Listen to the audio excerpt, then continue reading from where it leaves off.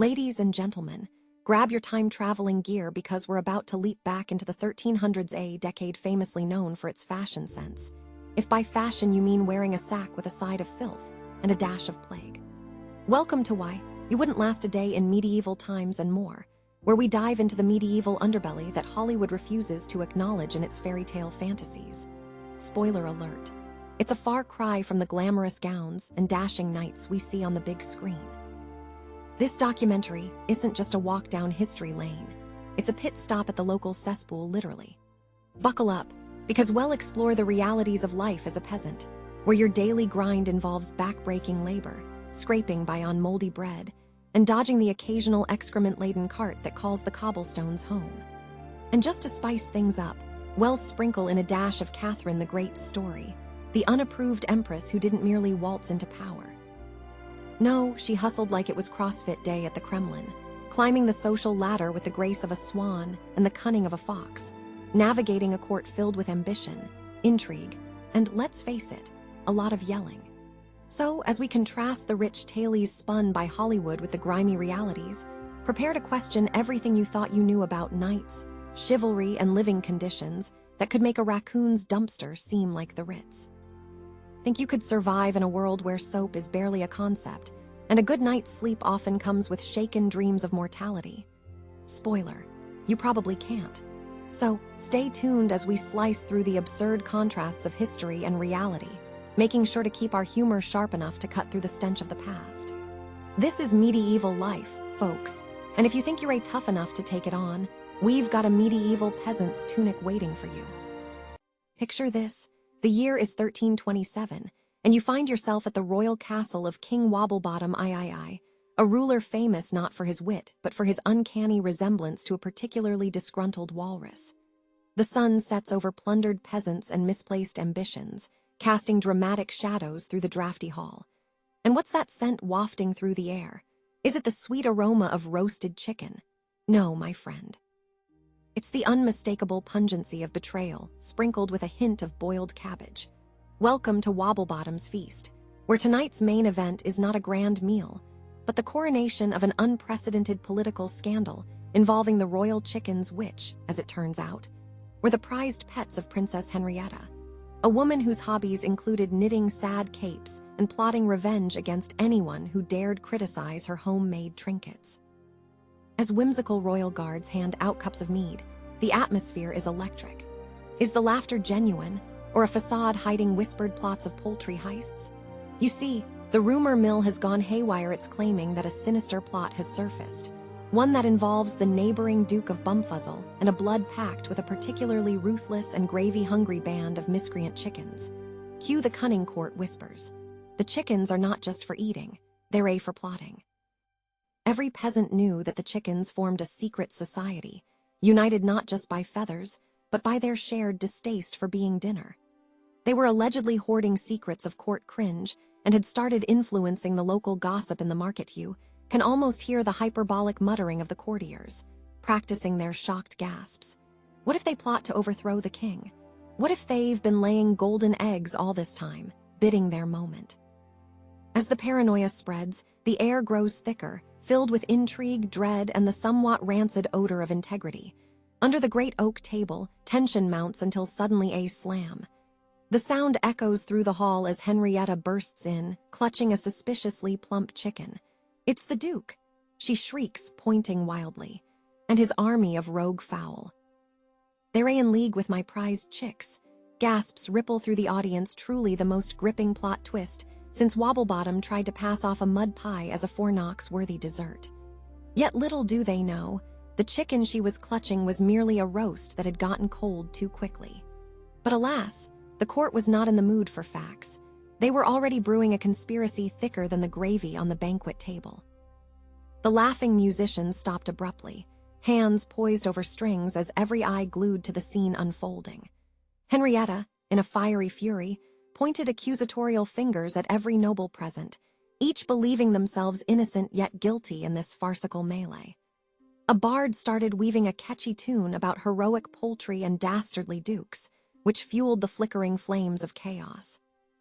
Glaring accusations and clucking denials flew freely, while the king sat, bemused, like a walrus raised in a circus without an audience.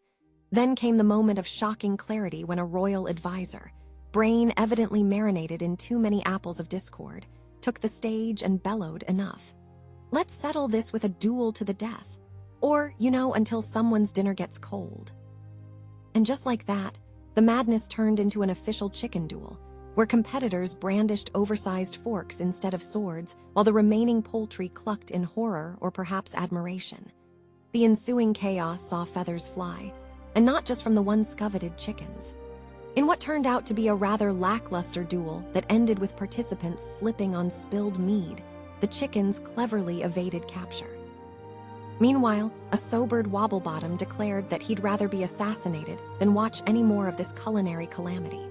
Thus, the day ended not with a fulfilling resolution, but with a grand feast becoming a poultry-laden fiasco, proving that even the most serious matters could devolve into absurdities centered around noble means and abominable schemes. So what's the takeaway from this medieval mayhem? The next time you feel life is clucking with chaos, remember it might just be a dinner gone wildly, vividly, and humorously wrong. Welcome to the 14th century, where the wine flows like the Thames, and the food is served with a generous side of backstabbing quite literally and metaphorically. Picture a colossal banquet hall, candle-lit to the point of resembling a giant medieval disco, complete with the aroma of roasted boar and the unmistakable scent of conflict brewing just beneath the surface. The place. Oh, just your typical royal court in the Kingdom of England, where the stakes are as high as Henry VII's waistline, and the ingredients are suspiciously acquired. Enter stage left. King Edric, crowned with a slightly crooked golden tiara, and seated at the head of the table like a lion in a den of hyenas. This man is the very definition of you'd regret inviting him over for dinner, as he cradles a giant turkey leg in one hand and a goblet of fermented elderberry wine in the other. His court is lively with jesters dodging half-eaten crusts while plotting their future careers as professional dodgeball players. Tonight's feast. It promises a banquet of extravagance that would make a modern-day buffet blush peacocks stuffed with apples, pies made from exotic birds you've never heard of, and, as custom dictates, a fish that mysteriously appeared halfway across the world. The ambience is not just festive. It's a thick stew of rivalries, gossip, and a trace of undercooked poultry after all. Who doesn't love a little food poisoning to spice up the drama as the first course arrives?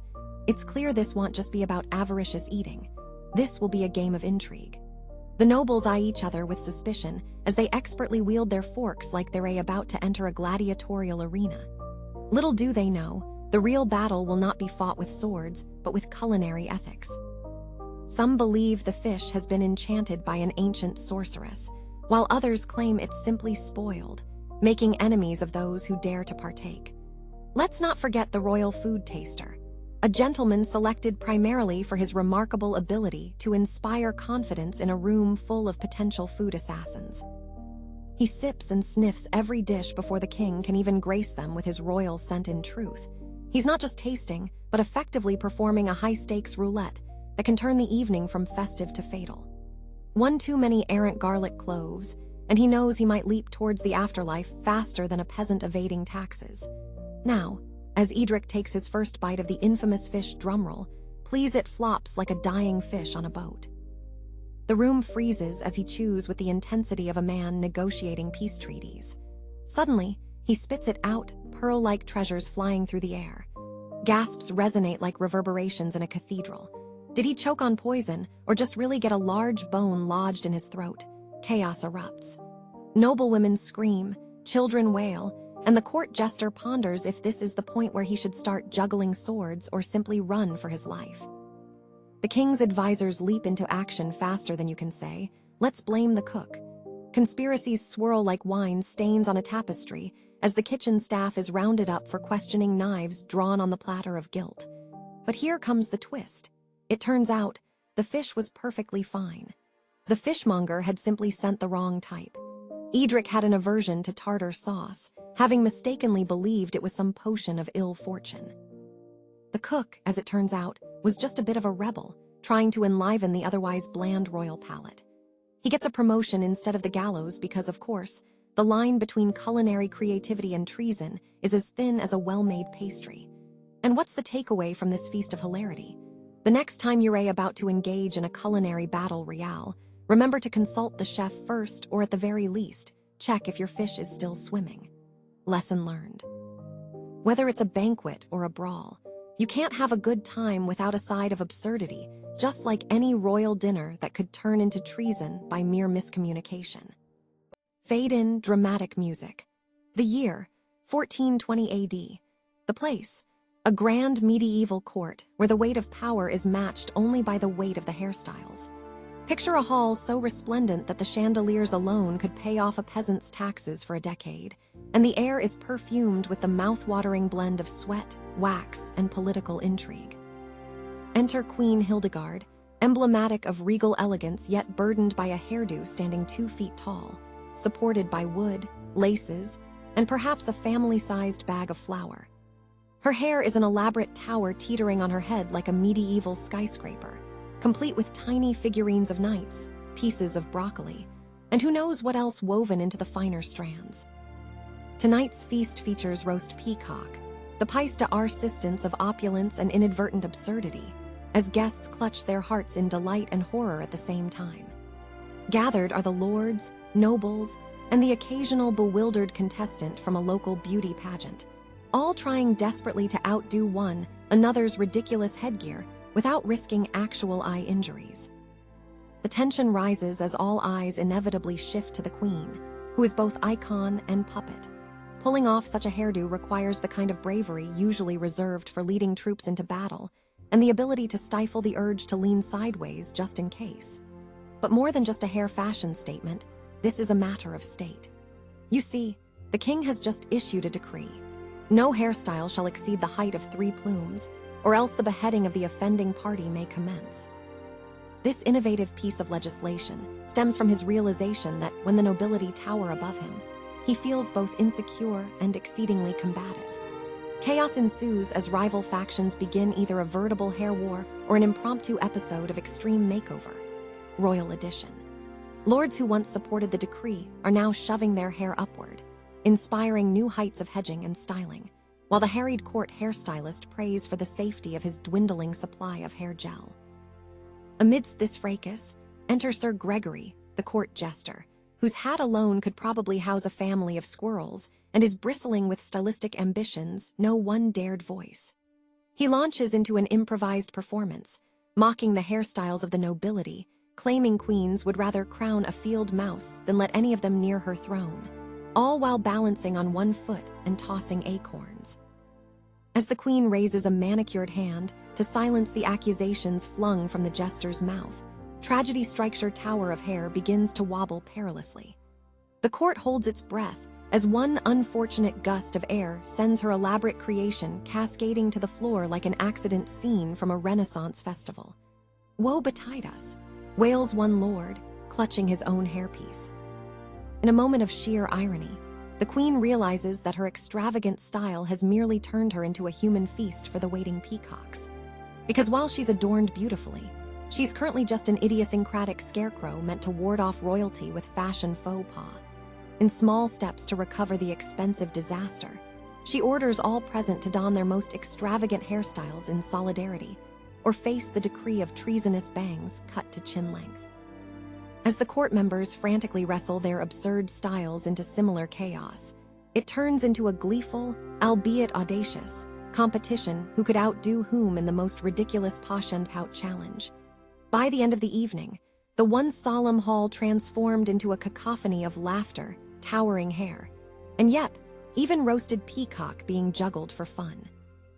The queen, long relieved from the weight of royal fashion, rejoices as the real lesson becomes clear. The absurdity of beauty can occasionally unite a court that once lived in the shadow of each other's conceit. So remember, when it comes to medieval fashion, always keep your beatified hairstyles rooted and your wits even higher. Imagine, if you will, the year 1580. The setting: a damp stone basement crammed with dusty tomes and an alchemist so melodramatic he could audition for a Shakespearean tragedy. Enter Arnoldus, the self-proclaimed alchemical genius. The air is thick with smoke, the scent of burnt herbs, and the whiff of desperation as he attempts his greatest experiment yet. The philosopher's stone, or as he likes to call it, the ultimate get-rich-quick scheme. Arnoldus, draped in robes that haven't seen the laundry since the last eclipse, is surrounded by bubbling potions, odd trinkets, and a talking parrot that, after years of being an involuntary audience, has begun to offer unsolicited critiques. Seriously, Arnoldus, have you considered just getting a real job? The parrot squawks, almost drowning in his own sarcasm. When it comes to alchemy, you'd think they were mixing elixirs for stratospheric wealth. Instead, it smells eerily like disappointment, served with a side of burnt ambition, more like a medieval kitchen gone wrong than the magnificent pursuit of immortality. Yet, Arnoldus insists on using the most esoteric ingredients: powdered unicorn horn, bat guano, and the tears of misguided optimism. To add to the hysteria, his notes, a melange of doodles and hasty scribbles, suggest whispering sweet nothings to the ingredients to encourage their heater aspirations. The evening's most critical experiment is the famed drink of chronicles, purported to grant its user eternal life, or at least a really long nap. As Arnoldus raises a chalice filled with a weirdly luminous liquid, he forgets the cardinal rule of alchemy: don't drink your own concoctions until you've let someone else test it first. The parrot rolls his eyes, a talent he has developed through endless exposure to moronic human behavior. Just as Arnoldus is about to fortify his future and possibly doom himself, the door bursts open. In strides Lady Gertrude, the self-appointed alchemical critique of the medieval world, equipped with her own catastrophic experiment results. "Arnoldus, your last potion has turned half the village into geraniums," she exclaims. "And last I checked, they weren't looking too lively." Seizing the distraction, Arnoldus shouts, "I am on the brink of success. Just one sip of eternal youth and I will rule the alchemical realm." Against her will, Lady Gertrude snorts. "And if it bakes you into a scone, then what? No matter how much you wish upon your cauldron, you're becoming a snack unperturbed." Arnoldus downs the potion with all the ceremonial flair of a medieval hipster trying to impress his friends. And just like that, nothing happens. Visibly upset, he waits, and then like a light bulb flickering on, a brilliant idea strikes. "I could simply rewrite history to say I did it," Arnoldus declares. A cunning plan one could truly get behind, the only downside being history was rarely receptive to editing. As whispers of chaos surround them, villagers wondering if they should now fear violent geraniums, Arnoldus resumes his frenzied scribbling, convinced destiny could ever be restructured like a poorly crafted pop-up book. Then, lo and behold, a few slightly green bubbles erupt gloriously from his cauldron, propelled by what seems like the scraps of his dignity. Eureka! Immortality! He hollers, at which point his loyal and slightly nauseous parrot quips, "Let me know when you find the instruction manual for that, Einstein."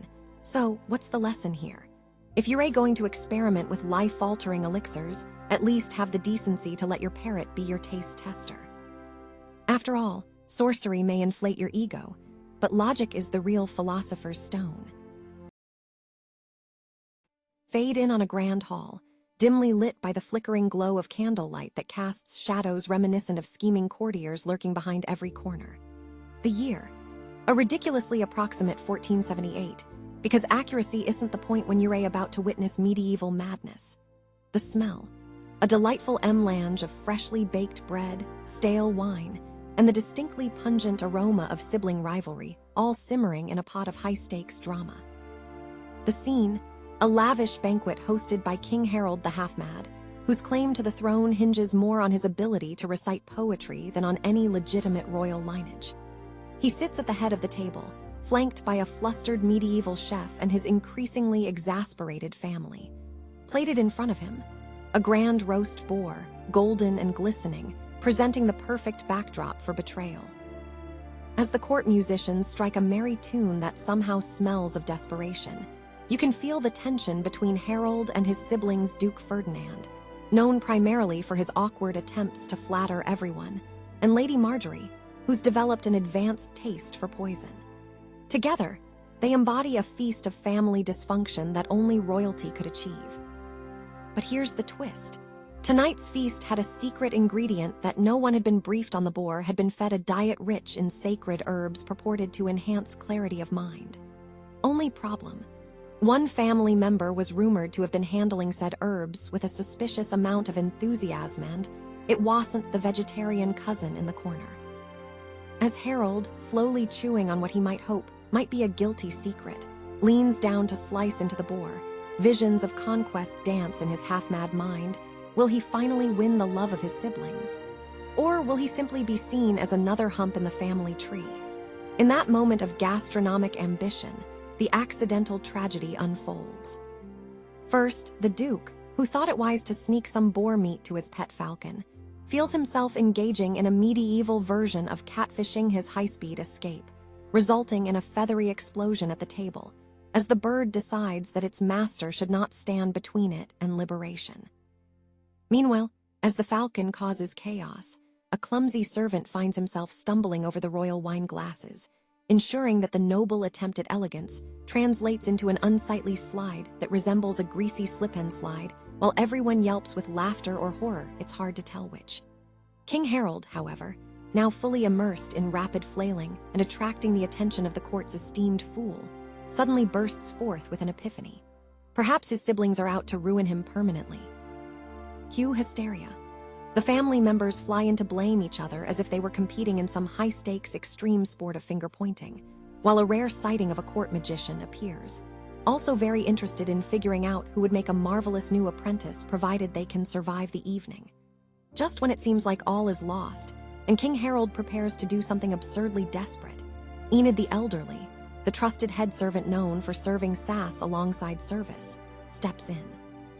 Experience tells her that this epic family meal could turn into a hurling game if someone doesn't curb the madness. With a mere wave of her wooden ladle, she produces the honorary trifle dessert from the kitchen, the previously untouched crown jewel of the evening, celebrating not just fine cooking, but a long-standing family recipe, intact since the days of yore, and whispered about in derision. With wide eyes and rumbling tummies, the siblings realize their squabble over boar has diminished into childlike anticipation over the layered confection, the taste of family reconciling in the blink of a sugary flourish.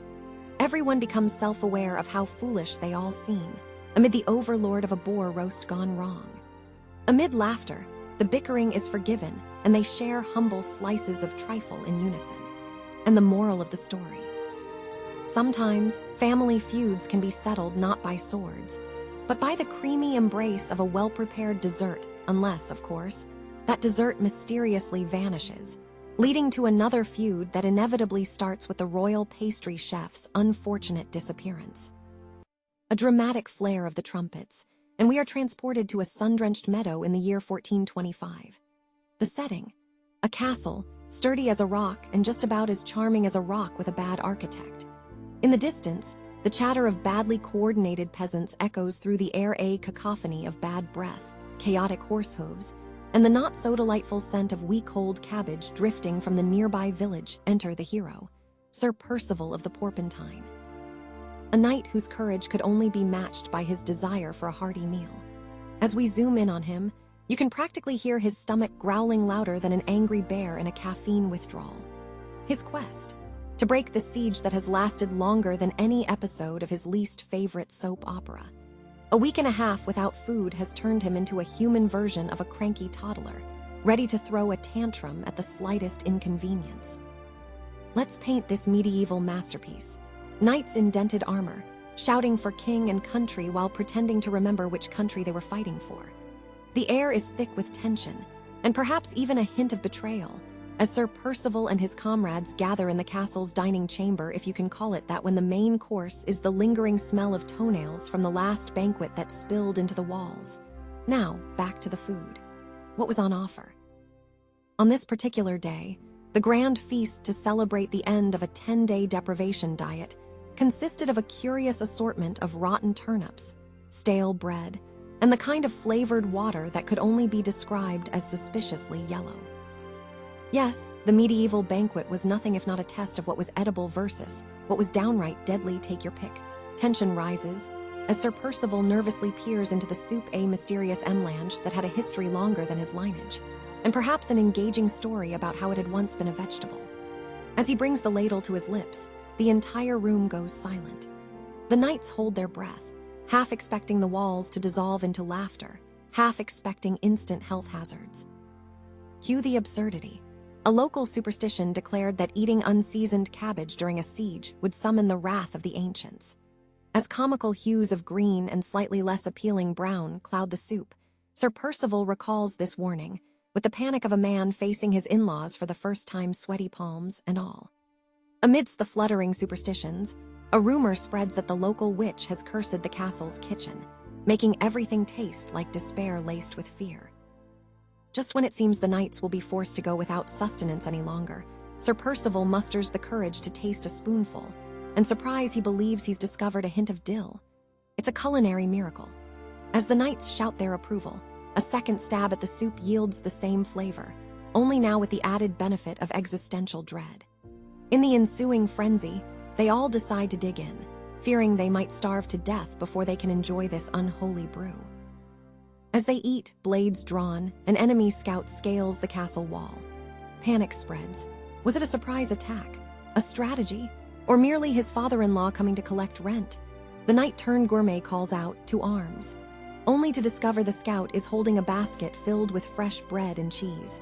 The enemy must have mixed up their siege tactics with a care package, an odd twist in these culinary chronicles.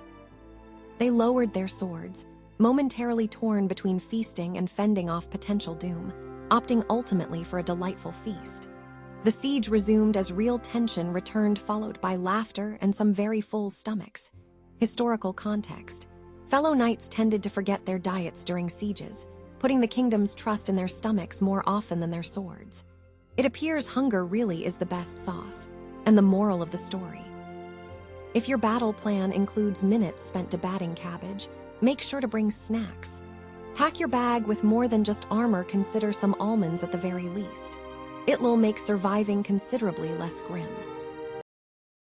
In a time where hygiene was merely a rumor, gather round for the tale of a love as tumultuous as the state of laundry in medieval Europe. The year, somewhere in the 1340s. The setting, a muddy village square, bustling with the sounds of livestock, the scent of unwashed bodies, and the delightful melodic chorus of peasants bickering about who had the largest potato. And what's at the center of this absurd tableau? A tax collector, let's call him Nigel, the unbelievably unpopular, with a bag bulging under the weight of freshly minted coins, and several poorly thought-out life choices. Now, we must take a moment to set the scene properly. The sunlight filtered through the thick haze of acrid smoke from burning straw, illuminating the scene in a way that made the peasants' blackened teeth seem just a tad shinier. Donkeys brayed and children squealed, most likely having found a shiny object that may or may not be a rat's tail. Here stands Nigel with a waxy face that clearly told of too many late nights chasing down peasants to collect taxes that had the consistency of bad rumors. Imagine him standing there, resolute with his ledger, while the crowd has transformed into a boiling pot of fury, ready to bubble over. Enter stage left, the angry peasants, armed with pitchforks, old bread, and a general sense of outrage. One particularly fierce woman, let's call her Agatha the Angry, steps forward, her arms crossed, glaring at poor Nigel as if he just announced a new tax on breathing. "Why should I pay for the Lord's fancy new castle?" she screams, waving what could hardly be called a pitchfork, more like a sharpened stick recently used for prodding livestock. "I haven't even seen the roof of my own house in a week." This was a valid concern, given that most roofs in medieval times resembled the local hedge more than solid shelter. Instead of appeasing the crowd with some compensatory insult, Nigel, in his infinite wisdom, decides to mention how he, too, is just trying to do his job. "Listen, folks, I simply collect the taxes," and then he trails off, realizing nobody cares about the intricacies of the tax system that may or may not come with a complimentary unemployment biscuit. Meanwhile, peasants start tossing bread in frustration because, why not? A gooey chunk collides directly with Nigel's nose, leading to some tragically comedic slapstick as he stumbles backward, landing into a pile of mud. This moment supposedly sent shockwaves of laughter throughout the village, with Agatha barking orders for anyone who dared to assist Nigel. Clearly, there are boundaries even in medieval humor. In a sudden twist of fate, as Nigel emerges, no longer the regal tax collector but merely a mud-splattered figure of ridicule, something bizarre happens. Agatha, unable to contain her laughter, finds herself unexpectedly charmed by this drenched, hapless figure fumbling to regain his dignity, while also managing to keep all the peasants distracted from the fact they might starve instead of pay taxes. And so, amidst frantic pitchfork waving and awkward eye contact, love blossoms between Nigel and Agatha, ultimately leading to a bizarre romance that set the precedent for what medieval couples considered courtship. An entire day spent arguing about taxes, followed by a moonlit walk through the village, ideally avoiding all livestock-related hazards. But reality check. All this love blossomed while failing to resolve the core issue. Taxes still needed to be collected, and the Lord was getting increasingly irritated with having a courtyard full of angry, unsupervised peasants. Historically speaking, tax collection in medieval times was indeed a dance of survival. After all, nobody wanted to risk a peasant's wrath or strife with the local lord who had a liking for gallows humor. And what is our takeaway from this intricate love story? Sometimes, love is just a pitchfork's toss away, but so are taxes.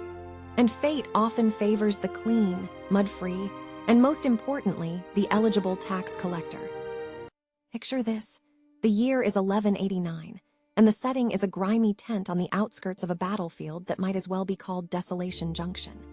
The atmosphere, thick with a delightful mix of freshly slayed livestock and even fresher regrets. Yes, the smell of rotting cabbage permeates the air, mingling with the gruff bickering of soldiers questioning their life choices, most notably their choice to join a crusade led by someone who couldn't pronounce tactical retreat if his life depended on it. Inside the flamboyant tent, adorned with flowing banners that promise victory but deliver only headaches, inspects our disheveled commander, Sir Muffled Sorrows. Clad in a tunic that seems to have more stains than fabric, he paces back and forth, mumbling about overwhelming odds and strategically timed catastrophes. The hefty stew bubbling on the stove might look innocent enough, but we know better. It's the aforementioned cabbage stew. The culinary equivalent of a tactical blunder, a force so potent it could make even the fiercest knight reconsider his career. As our brave knights gather for a meal that promises to be legendary, or at least digestive, an unsettling silence falls over the group. Each soldier is reflecting on the weight of their decision to don stained armor and trudge out to battle, but mostly they're fretting over the stew. The first spoonful is lifted, trembling in a hand that knows its consequences. Will today result in valor, or will it be a week-long hospital trip in a thicket of groans and whymies? Sir Muffled positions himself like a dictator at a state banquet, casually forgetting that his soldiers are composed of men who might explode upon tasting a hint of rancid meat. As they consume the questionable broth, an unanticipated element of comedic catastrophe unfolds. Smirking officials start placing bets, wagering on who will be the first to relieve themselves into the nearest bush and act more heroic than the entire campaign. The tale of terror escalates. Soldiers, once proud faceless shields of the king, now find themselves darting from the tent like arrows launched from an ill-placed bow. One soldier yells, "Make haste, mates. Sacrifice to the porcelain god is imminent."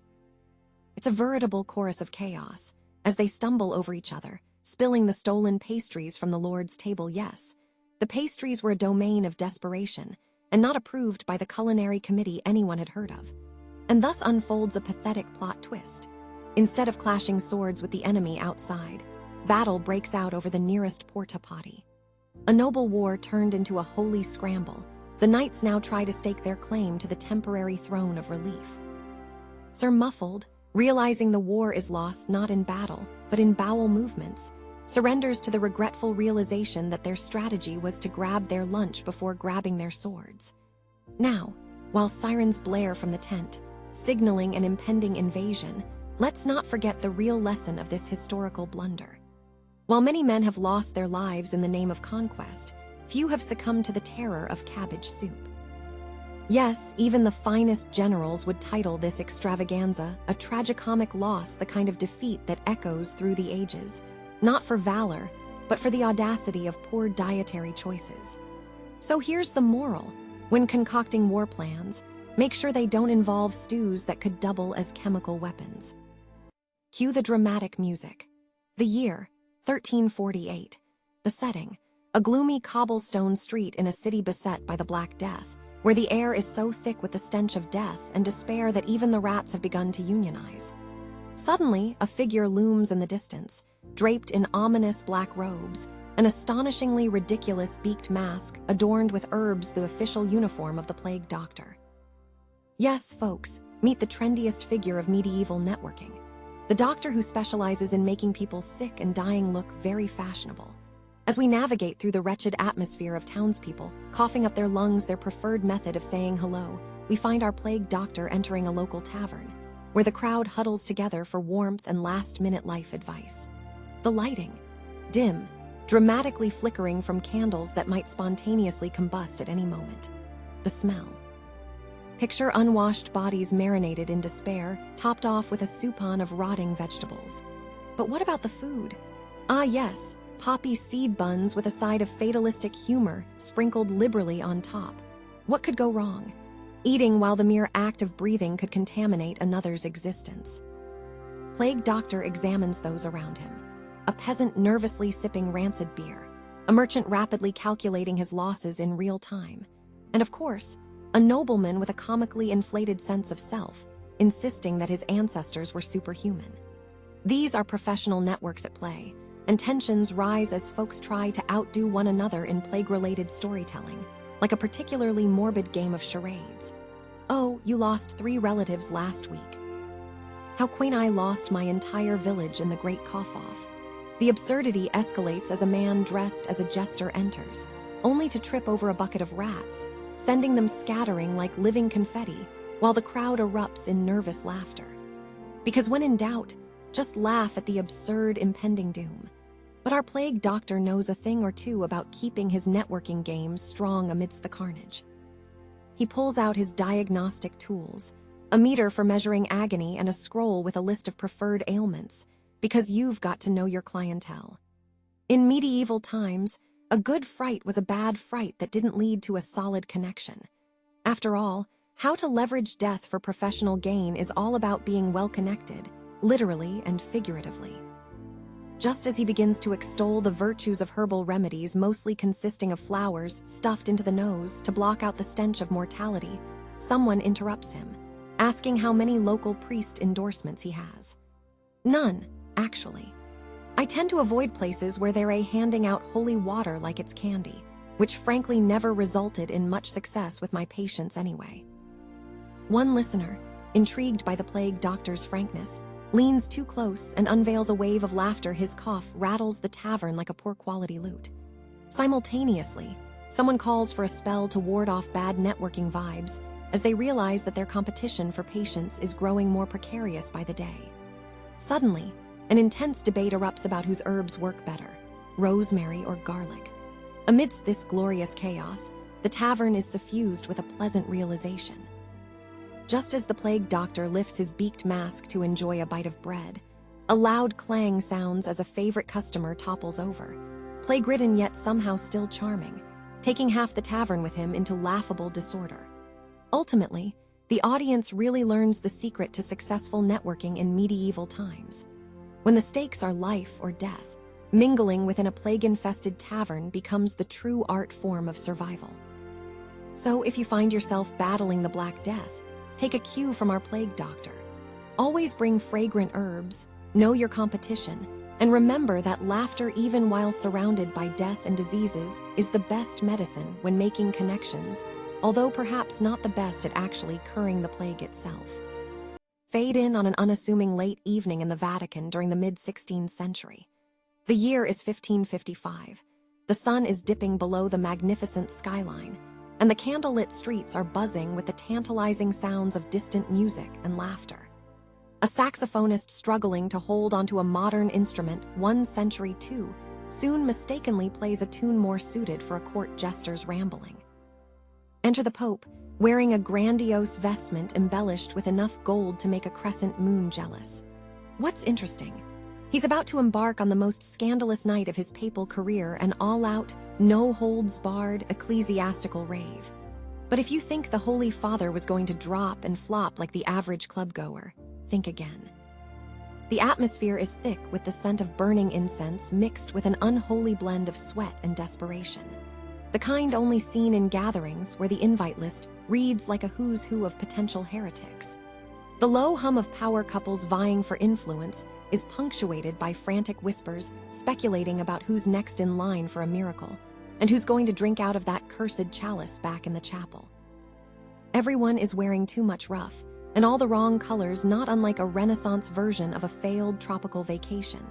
Dinner's centerpiece: a lavish spread featuring roasted peacock, a dish so extravagant it's practically begging to be poisoned. Because what's a party without a bit of backstabbing? The food is surrounded by legend. Each bite is said to have theological implications, thanks to all the secretive dealings done over this feathered delicacy. Pope Paul IV enters the gala, and tension rises in the room like the last remnants of God's good humor before a lightning strike.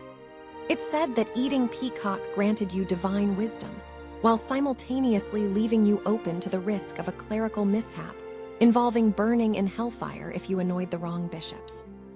The stink of paradox permeates as guests jockey for position next to their papal overlord, each one hoping that the sooner they drop a sturdy fork in the dish, the more holy crumbs they can scoop up with backpedaling apologies. Then the Pope reaches for his fork, poised dramatically over the peacock. Gasps echo across the hall. Was it overcooked? Was it a competitive dinner cooked by his enemies? Or worse, had the once dominant papal kitchen descended into a weird flavored stew of greed, bitterness, and flat-out hysteria? Suddenly, like a scene out of a poorly directed Shakespearean tragedy, a courtier jumps up, pointing at the peacock and shouting, "There's a feather in it." A bad omen. Panic erupts, feigned swoons abound. A minor cardinal clutches his chest and collapses into what could only be described as Renaissance dramatic exaggeration, 101, leaving several younger clerics scrambling, not quite sure if they should revive him or request a performance review from HR. In the midst of the chaos, the Pope's head of security, a large fellow named Tiberius, bursts through the fray declaring, "Miracles can't be poisoned." An alarming display of papal bravado that suddenly felt more like a late-night infomercial than anything ecclesiastically ordained. The panic and paranoia reach a peak as it's finally revealed. There was nothing wrong with the peacock, just some excess seasoning from the chef, a daring whim known to be slightly over the top and regretfully eccentric. Eventually, laughter rings lightly as flocking members of the clergy cautiously take part in consuming what they once feared to be the orchestrated end of their divine ambitions. And so, the evening fades out with Pope Paul IV leading a boisterous rendition of a catchy new hymn that had just come out of the Florentine underground, while cups clink merrily filled with wine, while hearts settle back to their natural beats. It's clear that just like today's nightlife, church politics was an intricate, often chaotic dance, full of swirling mysteries and an ever-present chance of being utterly mortified before your colleagues. So, dear audience, what have we learned? Whether you're a pope at a banquet or just another soul lost in the hustle of nightlife, remember, excess can lead to consequence, laughter can stave off doom, and bad omens usually just mean you need a better chef. Picture the scene. The year is 1291, the place is just outside the walls of a crumbling castle, and the atmosphere is thick with tension, as well as the unmistakable scent of hay and horse manure. Just another day in medieval Europe, where diplomatic relations were as delicately balanced as the knights teetering on their steeds. But today is different. Today we witness the monumental, titanic, perhaps completely ridiculous practice of horseback diplomacy where sitting on a horse was often more important than what one had to say. In the center of this elaborate circus stands the esteemed Lord Farquhar, a man so proud of his armor, he insists on wearing it even when attending to the most mundane tasks such as commanding the scribe to fetch him a snack spoiler. It's just hardtack, which is about as appetizing as wearing rusty chainmail. Lord Farquhar is gracing the battlefield not just for a stroll, but for a dinner negotiation with the notorious Duke Bumbling, whose reputation for diplomatic prowess is only surpassed by his talent in losing horseshoes. The two noblemen are about to engage in what historians would later refer to as the Great Cheese Negotiation, a title that still leaves future generations scratching their heads. As the sun sets, a dramatic backdrop for any medieval showdown, our two hapless lords perched precariously on their mounts begin to debate the fate of the territories between their realms. Instead of parchment or gentle persuasion, they exchange salvos of heavily fermented cheese, a delicacy so pungent it would threaten to construct a no-fly zone over the field. Why? Well, because nothing says diplomacy like immediate olfactory assault. It begins with Duke Bumbling hurling a wedge of Roquefort, which manages to hit Lord Farquhar squarely between the eyes. The sight is ever so charming, and sets off a flurry of oohs and ahs from the surrounding onlookers, who had only gathered for the show of clownish nobility instead of an actual resolution. But this wasn't just any cheese duel. It was a strategic ploy, a clever maneuver that harkened back to their childhood battles over the last piece of brie. Apoplectic, Lord Farquhar retaliates with a slice of aged Gouda, believing it to be a delicately calculated blow, only to miss and take out one of his own knights, who had been carelessly munching on an apple. In the chaos, the knight, dubbed Sir Crumbles due to his apparent inability to hold on to anything including his dignity, mistakes the incident for a full-blown cheese warfare. Pandemonium ensues. Halberds are drawn, horses rear, and knights charge at each other, not with swords but with assorted dairy products, a culinary clash that could only be described as Gouda gone rogue. As tensions escalate, and cheese becomes both ammunition and a food truck, Lord Farquhar remembers the wise words spoken by his mother. Never go to a cheese fight without a backup stash of bread. The chaos reaches its peak when, amidst the war of dairy, a traveling merchant arrives and shouts out an enticing offer 5 shekels for the lot. Realizing the negotiations over territory may just have unraveled itself into an impromptu bake sale, the two lords pause. They lock eyes, realizing that perhaps they were better off pooling their dairy resources instead of poking their swords at each other. The deals are struck over slices of cheese and the remnants of goodwill, with Lord Farquhar and Duke Bumbling finally embracing the timeless values of a 2-for-1 deal and less of the rancid drama. In the end, they ride off together, minding the cheese smeared on their breastplates. Ah, progress. History would mark this as a monumental occasion where every problem was solved through the combined loose morals of greed and dairy. Take that medieval diplomacy, and let's face it, if negotiations ever involve a cheese platter, you can count on the discussions taking a cheesy turn. Remember, the best way to establish peace might just be through a good old-fashioned dairy duel. Welcome to the gloomy realm of medieval politics, where the year is 1275, and the scent of betrayal wafts heavier than the odorous melange of damp straw and unwashed peasants. We find ourselves in the grand hall of King Harold the Unfortunate, oversized wooden trappings adorned with tapestries depicting hunting scenesbecas. Nothing says monarchy like a reminder of the good times before your nobles opted for stab wounds over loyalty. The hall buzzes not with excitement, but with an anticipation resembling the feelings you get before watching a horror movie alone in the dark. Our key players tonight aren't just the king and his perennially anxious court. Oh no, they are the culinary henchmen, the royal chefs, sworn to create the feast and just possibly the instruments of doom. Tonight's dish: a delectable roast peacock, glistening with fragrant herbs and spices, served with a side of, you guessed it, intrigue. The plummeting aroma of burnt feathers intertwines with the ever-extant stench of revenge. Tension escalates as whispers cut through the air like a sharpened dagger slice. Amid the soft clinking of glasses and the ominous creaking of the banquet table, rumors swirl. The last unfortunate with the audacity to serve fruit to King Harold met with a rather unfortunate fate involving bananas and a rather loud splat. The noblemen believe fruit may always hide poison after all. When have fruit and politics ever mixed without a fatal twist? As the peacock arrives, its feathers still intact, even the king's most loyal servant, Grubble, seems paralyzed by the thought of possible poison after all. Who knew that active culinary sabotage could be such an appetizing career choice? With every sharp tug of the carving knife, the atmosphere thickens, and so does the suspense. Surely someone here must have a vendetta, right? But here comes the twist. Just before the first slice could shock the court into scandalous silence, a rat scampers out from under the table, scaring half the court into making battering ram-like leaps for safety. Amid the clattering of goblets, the king, startled, accidentally stabs his own hand with the very knife meant for the peacock. Chaos erupts as nobles faint, guards draw their swords, and Grubble yells, "It's only a scratch, sire." but one must admit, you do raise the art of self-sabotage to a new level. In the ensuing hilarity, a hapless scribe slips on spilled mead and ends up face-to-face with the now-stuffed peacock, as if auditioning for a role in Dances with Feathers.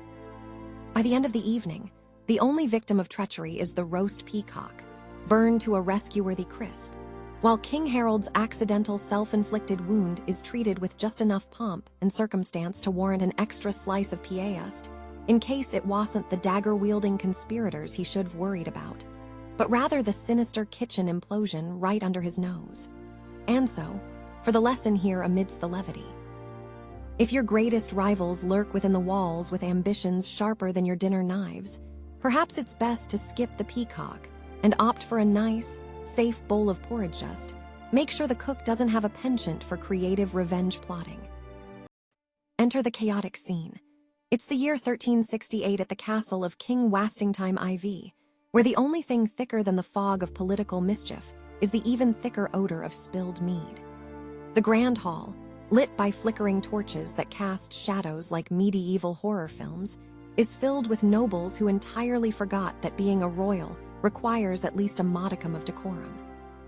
A floor sticky enough to rival a honey farm sets the stage, while behind the throne, a slightly inebriated king toyed with the possibilities of decreeing a national pie day, because the last time he decreed something soberly, it ended in a very public pastry-related execution. But let's introduce our stars. There's King Wastingtime himself, a jester in all but name, and his chief advisor, Lord Cuddleworth, who has a gaze that would convince you he knew more about tinkering with stocks of rum than running a realm. Meanwhile, the banquet table groans under the weight of various roasted critters, pheasants, boars, and an unfortunate-looking goose that started a small riot between looters moments before, intermingled with what the chefs optimistically termed vegetables. The air is thick with the aroma of burnt fat, desperation, and perhaps a hint of betrayal. As the evening progresses, the noble clans gather for one of their renowned drinking contests, where losing could mean death not for the drinker, mind you, but for whatever unfortunate soul who decided to bet against the reigning champion, Sir Majesty, who had more medals than sense.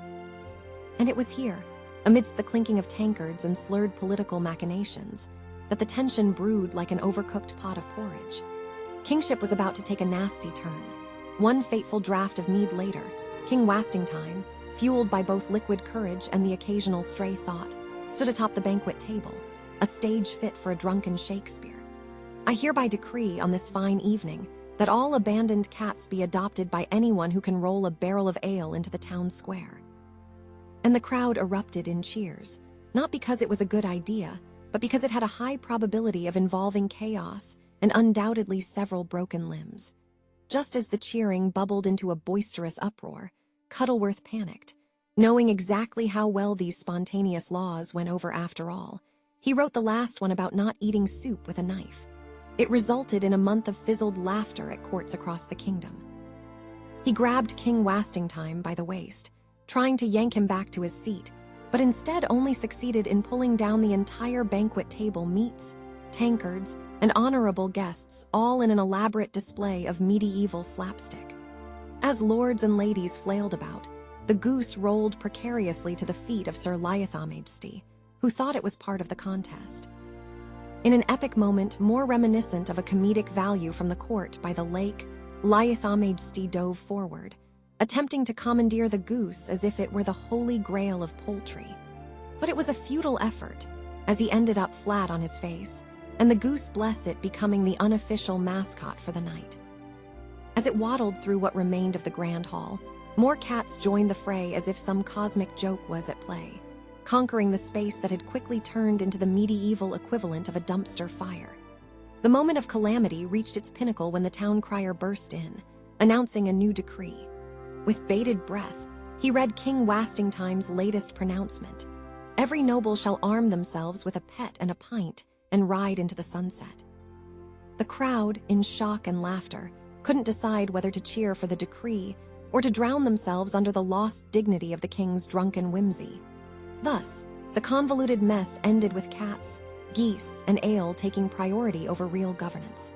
In the timeless words of history, Attempting to combine beer and bureaucracy typically results in chaos, laughter, and perhaps a very confused populace. Remember, royals, when life gives you alcohol, always write decrees, provided your advisors can save you from the embarrassment of being completely flat on your face next to a goose. So, take note. When ruling your kingdom, never underestimate the power of drunken inspiration. It can lead you to a feline empire before the sun comes up. Picture this. It's the year 1381 in merry old England. The air buzzing with the sweet scent of revolution, or is that just the odor from boiled cabbage left to ferment? That's right, folks. In a quaint little town known for its cobblestones and questionable hygiene, we find the great peasants' revolt brewing, spurred primarily by starvation, arbitrary taxes, and presumably too much free time in the plow fields. Enter Wat Tyler, not just a mere peasant, but a peasant with attitude. Sporting a patchwork tunic that showed the scars of serfdom, he rallied a crowd of disgruntled villagers who were, let's be honest, as hungry for justice as they were for actual food. The revolutionary slogan of the day: no more taxes and give us better bread. Talk about a plot twist. Nothing says rebellion quite like an insatiable hunger for carbs. The atmosphere, electric. You could taste the anticipation like stale ale mixed with a hint of fear. The chiming of church bells rang ominously in the background, as farmers and laborers brandished their pitchforks, a classic choice trending high among rebellious fashionistas. And what was the meal of choice at the center of this elaborate fiasco? A simple bowl of pottage, a stew so watery it might as well have been a broth of disappointment, infused with a sprinkle of despair. You see, food didn't just nourish bodies in this era. It was the proverbial drop of rancid oil in a well-tuned revolutionary engine. As the rebels gathered, fear spread among the lords who had been stuffing themselves with roast peacock and vaguely endangered species on golden platters. Loud whispers echoed through the courtrooms. Did you hear? The peasants want bread. They're furious, and we didn't even save them leftovers. There were panic meetings with knights grappling with the horrifying questions. Should we bring them bread? Would they revolt over sourdough? But to truly appreciate the absurdity of this rebellion, one must consider the superstitions of the time. It was commonly believed that the quality of the bread dictated the soul's alignment with heaven. Ironic, given that the heavenly choirs were frequently drowned out by starving peasants chanting more crumbs. In unison, when the peasants finally marched into London, they were met not with peace, but with a realizing face-off against the king's guards. They brandished their pitchforks like cynical banners of free bread for all. A message lost on guards wielding swords who took one look at the anemic pottage the crowd tried to offer as tribute, and decided that ending the day in deep drudgery was the more sensible option. Fast forward a week, and what happens? The revolt fizzles faster than a poorly made ale. Wat Tyler, sensing victory, raises his pitchfork in triumph, only to be stabbed through the back by a knight who apparently skipped the how to treat peasants with basic decency course. In short, a battle over a bowl of soup turned out to be the most educational lesson in medieval diplomacy yet to date. So, what do we take away from this historic comedy of errors? Always be careful when mixing fermented cabbage with revolutionary ambitions. Sometimes, the only thing that rises is the tension. And remember, in the end, that half-baked revolutions are even less filling than old bread. Who knew a revolt could have such a short shelf life? Sometimes, it's more than just bread that's worth rising for. Cue the medieval trumpets. Set your quills to scandal. It's the year 1215, and we're diving headfirst into a shadowy realm of secret societies, where fashion considerations include hooded cloaks and the occasional, that's right, just occasional ritualistic chicken sacrifice. Welcome to the Great Hall of Oligarchs, or as the more cynical among us might refer to it, a glorified clubhouse filled with bewigged nobles and various iteration of European accents that all sound suspiciously like each other. Imagine it. The flickering torchlight casts shadows that dance like nobles caught in an accusation of embezzlement, mingling with the aroma of too many unwashed feet and the lingering essence of medieval goat cheese, which, it must be said, does not pair well with intrigue. Among our key players is Sir Reginald, the overly ambitious knight who has convinced himself that he is one sword stroke away from absolute power. On the opposite end of the spectrum lies Lady Beatrix, a woman so well versed in the art of manipulation that even her own reflection flinches in her presence. Tonight, they stand as pawns on the chessboard of backstabbing and gossip, each wearing the culinary equivalent of armor overcooked venison and a righteous glisten of ale. But what truly unites these fine people? Ah yes, food. In medieval courts, the pièce d'assistance was the infamous boar's head, a symbol of wealth, power, and the occasional dinner party faux pas. As the feast progresses, whispers of a secret society meeting to plot the downfall of the king swirl like the smells of garlic roasted rabbit. Half of the nobles believe that the potatoes were inspired by demonic whispers, while the other half are convinced that the spice merchant must have sold them something a little too exotic. Lord Pembroke, with a sneer, claims he saw a specter of King Henry nearby, a ghostly figure hovering dangerously close to the cheese platters, revealing more than mere culinary embarrassment. Tension skyrockets as the Great Hall transforms into an arena of paranoia, each noble dodging eyes sharper than the knives on the banquet table. They engage in elaborate food superstitions, throwing a pinch of salt over a shoulder in case the oven fairies have taken offense, and invoking the name of an ancient salad dressing with a chipmunk-shaped bottle for good luck. The stakes. Genocide upon the gardens of reputations. Just as Sir Reginald grabs a boar's head, raising it high like a trophy, the doors swing open with a creak that echoes throughout the halls. The guards scream like they just saw a bad reenactment of Romeo and Juliet. The royal fool bumbles in, dressed like he lost a bet with a peacock, and declares that tonight's dinner is drilled with not just poison but subpar seasoning. Chaos ensues as Lady Beatrix shrieks, clutching her pearls as if they might shield her from culinary mediocrity. Mysterious notes are discovered tucked inside the boar's mouth. One reads, "Your soup will taste like betrayal, your bread like despair." The nobles erupt. Was it a rival house? An exiled baker? The Queen's vegetarian cousin plotting revenge for decades of bad broth. As the delusions of the evening unfold, it is discovered that the mysterious notes are, in fact, part of an elaborate fortune-telling chef who operates out of the castle, thriving on the misfortunes of others. The night ends with the nobles feasting on the very soul of politics itself, fueled by ridiculous conspiracy theories, and a realization that their camaraderie may actually be a product of collective panic and bad port. And what can we learn from this gargantuan fiasco of culinary terror? Never underestimate the power of a dinner party to bring doom and delight alike, especially when you invite someone who can't tell a venison from a vegetable. Stick to crackers, folks. They're just as dangerous but less messy. Prepare yourselves for a scene from a time when love was more about battle axes than bouquets. The year. Let's just say the fashion faux pas are at an all-time high. Europe, somewhere around the 12th century, where the air is thick with the smell of unwashed nights, rancid meat, and the faintest hint of desperation. Picture a rustic tavern illuminated by flickering candles that threaten to blind you with both their light and a sudden burst of smoke. Overhead, wooden beams are blackened from a century of poor ventilation. The sounds of clanging tankards, raucous laughter, and the occasional barmaid's shriek complete this palatial setting. And what do our well-groomed suitors feast upon? A strange concoction of stale bread and mystery stew, garnished with a healthy dash of regret. Enter our key characters.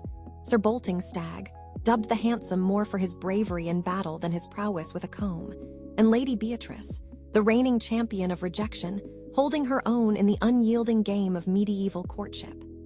Their eyes meet across the hallowed tables, igniting a spark that would bring a dragon to tears or more, like a sustained glare that passes for romance in this brutal age. Unbeknownst to Bolting, his confidence is built upon a battle-tested shield that's about to become a symbolic prop in their upcoming contest of love. Yes, the infamous matchmaking by swordpoint. Imagine it. Suitors lined up like sheep ready for slaughter, each armed with their sharpest wit and even sharper swords, preparing to whirl, nay, twirl into the dance of courtly mischief. The tavern's resident bard tunes up, his lute strumming out a series of cringeworthy love ballads, sure to remind everyone that romance was less about chemistry and more about who could swing their sword without losing a hand. The match? A duel, not just of strength, but of sheer absurdity. Whoever could impress Lady Beatrice the most would earn the privilege of her dubious affection, however fleeting it may be.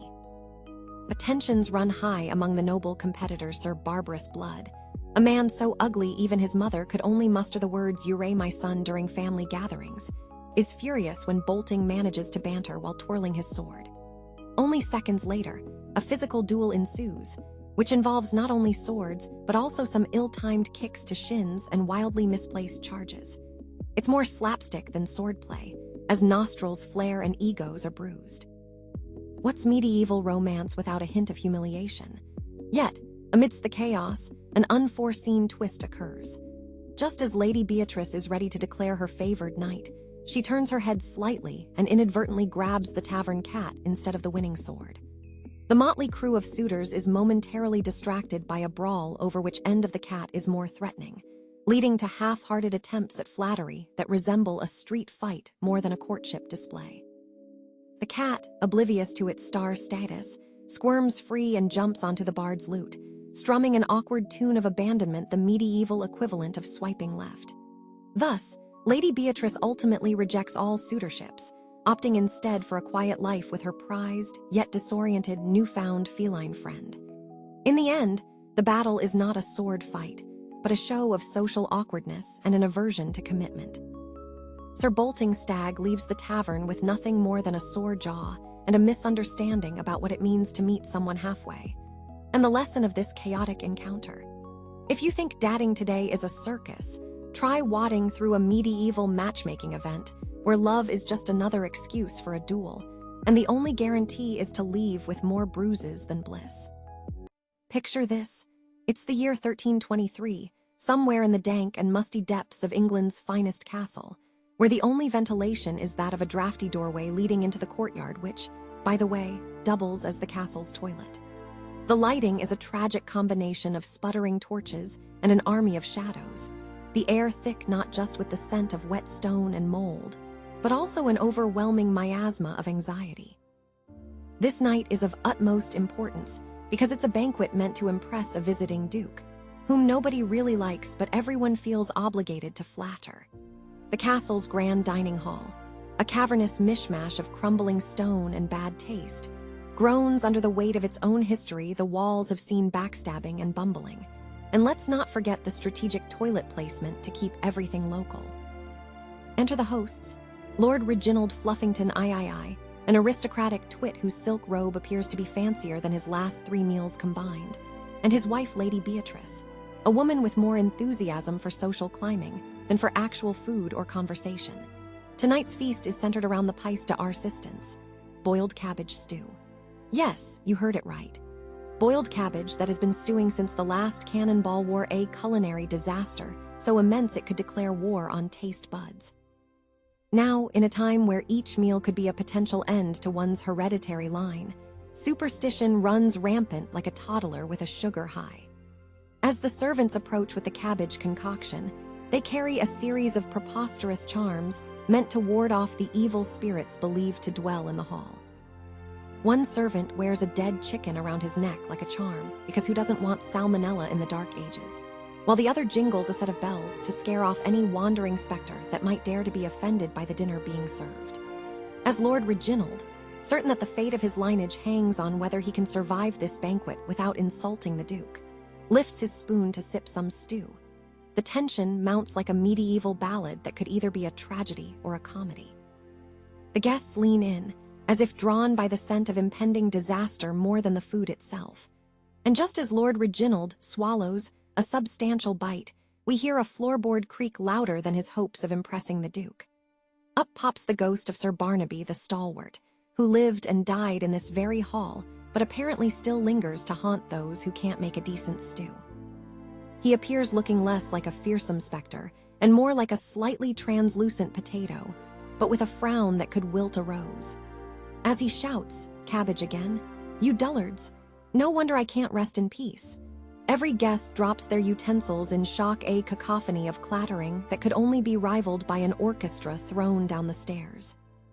In the ensuing pandemonium, Lady Beatrice fakes a swoon, while Lord Reginald blames the cook for summoning this foul apparition, not realizing that the ghost's angst is purely culinary. The threat of purgatory for a poorly curated meal could very well extend into the afterlife. As the smoke of shock clears and the jokes about poorly placed ghosts abound, it is finally revealed. Sir Barnaby is not a ghost of vengeance, but a connoisseur from beyond, offering unsolicited critiques. Boil it longer, let it breathe, or better yet, add a hint of seasoning. And just like that, the tension evaporates, replaced by laughter. Lord Reginald sheepishly slurps his stew while offering cheers to the ghost who just wanted a decent meal in his afterlife. The Duke, now thoroughly entertained, joins in the revelry, proving once again that even amongst boiling cabbage, the afterlife holds the best seat at the table. Historical context. In these castles, food could quite literally be a matter of life and death. Between monarchies, fauds, and such culinary crimes, it's no wonder spirits walk the hallways critiquing poorly done recipes. So what's the moral of this story? Never underestimate a ghost's palate or the power of well-seasoned cabbage. As we roll back to the 14th century, picture this. A bustling medieval town is alive with the smells of fresh bread and unidentifiable things being fried in oil. The sounds of clattering hooves, the chatter of townsfolk discussing whether a new plague is upon them, and the distant echo of a bard who thinks a bad pun is the height of poetic genius fills the air. Welcome to the thriving metropolis, where your local baker is the unlikely protagonist of health and nutrition, if only anybody knew that. Enter our baker, Roger the Reluctant, the least likely hero in a time where even your bread could betray you. With flour dusting his clothes like a permanent snow cover, Roger lacked the charisma of a knight and the intellect of, well, a rock. But his bread, exquisite, or as exquisite as 14th century bread can get, which means less artisan loaf and more it's still edible. Now, the people loved Roger not only for his bread, but also for his wild claims that his loaves could cure scurvy, a disease no one really understood, but everyone was terrified of. He prided himself on baking with magical herbs, or at least herbs that had a 50-50 chance of causing hallucinations. The atmosphere in the bakery was thick with the comforting aroma of yeast that masked the faint, rancid odor of fish from the market next door. Smells like nostalgia and bad choices. But one stormy night, after Roger had baked 6 dozen loaves, calamity struck. A bumbling general, Sir Clumsy McBravado, stumbled into the bakery while searching for the town hall spoiler. It was not nearby. He mistakenly thought the unassuming loaves of bread were the secret to defeating the neighboring duchy of unpronounceable name. After a brief yet disastrous lecture on the strategic advantages of using baked goods in warfare, he convinced Roger to join the local militia with promises of glory, riches, and possibly more yeast. Unbeknownst to them, the superstitious townsfolk believed that the moon had cursed the bread, making it unfit for consumption. This led to a series of chaotic rituals, from chanting incantations around the flour sack to offering the bread to a confused goat named Gerald, who had no vote in this matter. As tension crackled in the air like poorly handled static electricity, bread endorsements became a ritual of near-comedic absurdity. Roger, ever the pragmatist, finally threw caution and his sanity to the wind, believing that leading a band of untrained townsfolk armed with baked goods could bolster morale if nothing else. His proposal, let us march upon the Duke while hurling baked goods and shouting free bread for all. Little did they know their plan would hinge on how well the townspeople could aim a stale baguette. The day of the battle arrived, and there was much anticipation. The local tavern had even written a ballad about it, something along the lines of the baguette of discontent. Clumsily organized troops, equipped to the teeth with sourdough and olive oil, waited for the combat signal. But alas, dear viewers, Sir Clumsy's strategy was foiled before it began. He pointed dramatically at the enemy, only to trip over Roger's finest ciabatta that had been carelessly left on the ground. As he fell, the resulting chaos sent loaves flying everywhere, like carbohydrate grenades of doom. The opposing forces were met not with swords, but astonishment.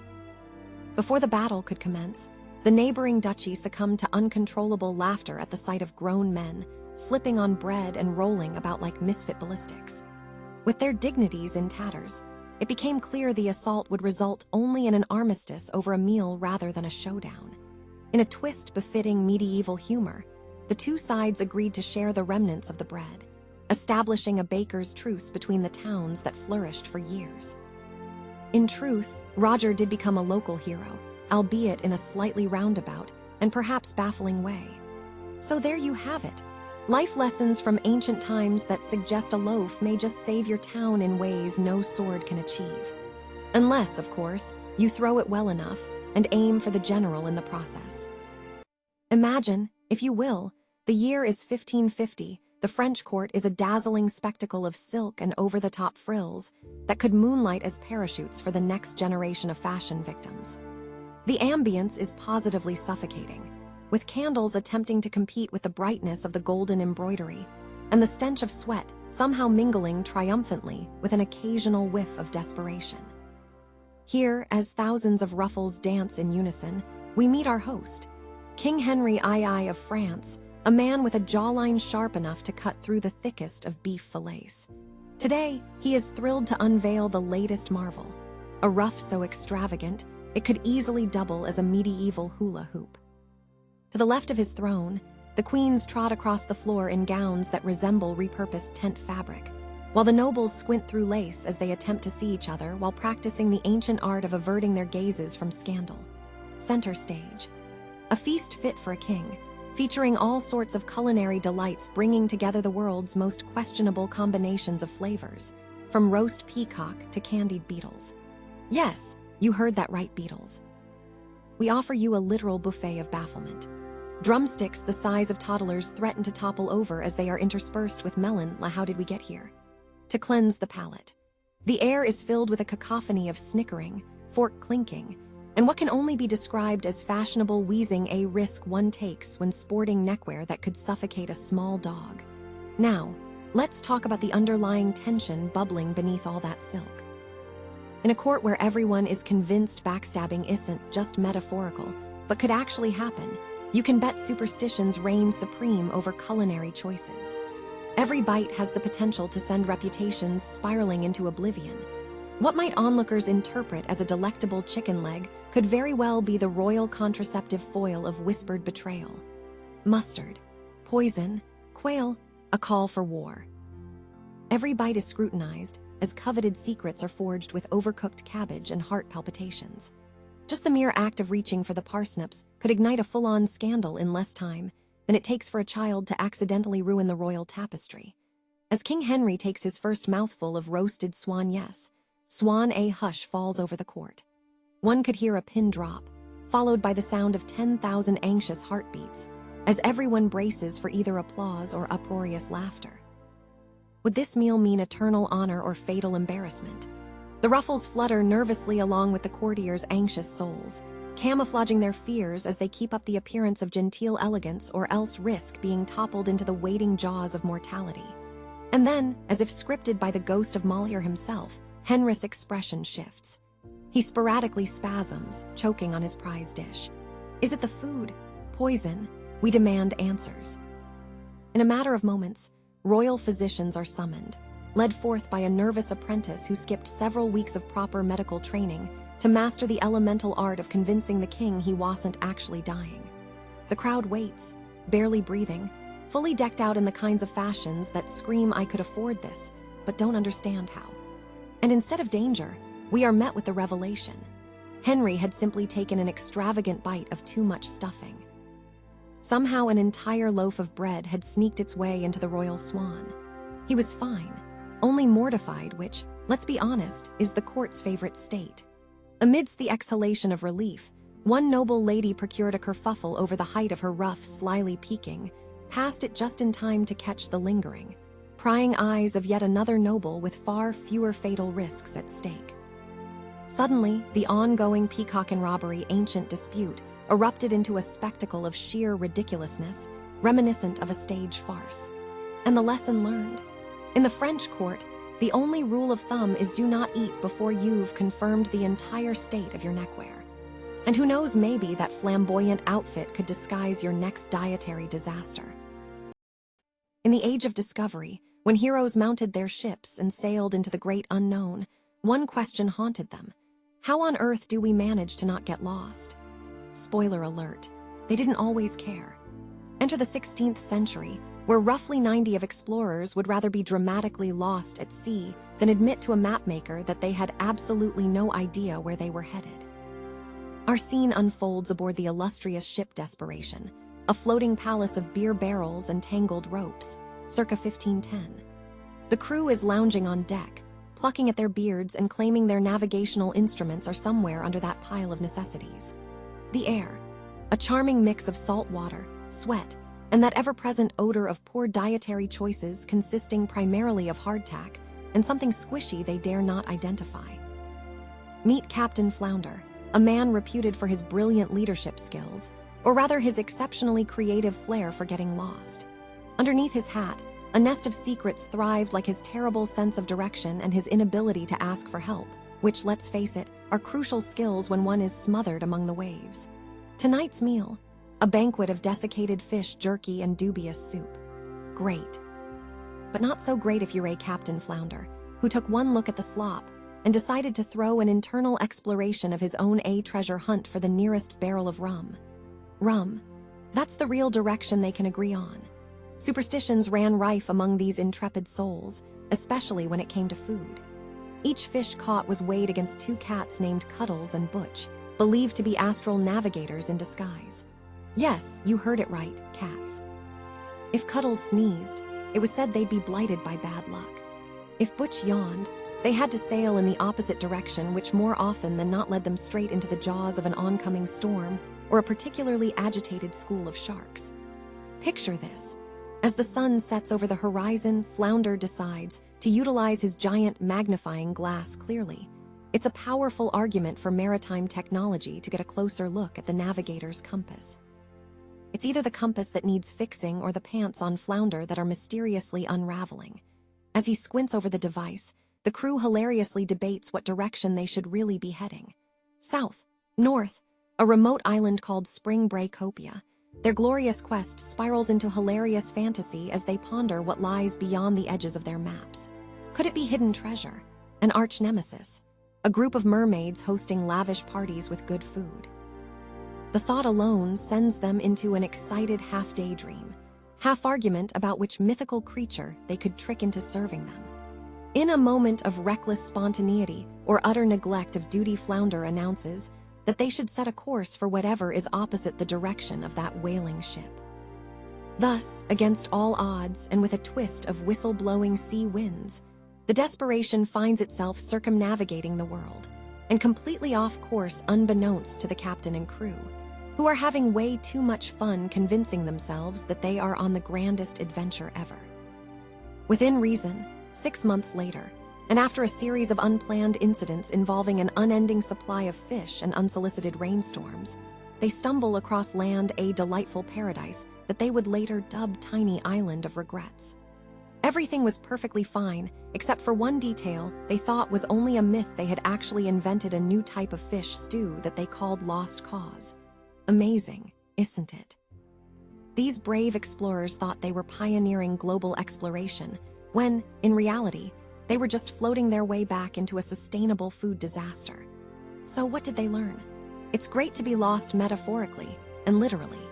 Adventures begin, options open up, and you might find a new way to avoid dinner conversation for months. Who knew that getting lost could lead to discovering new territories called thoroughly confounded, and what were we thinking again? Picture this, Egypt, 3000 BC, where sunburned tourists with an insatiable thirst for danger flock to the pyramids. The air is thick with the smell of sand, sweat, and an alarming amount of confusion over which way to face for selfie purposes. Imagine a bustling bazaar packed with enthusiastic merchants selling questionable mummies and overpriced souvenirs, with a sign in bold letters reading by one curse, "Get one free." Our main characters. Meet Phineas, the bumbling tour guide who uses more dramatic flair than fact.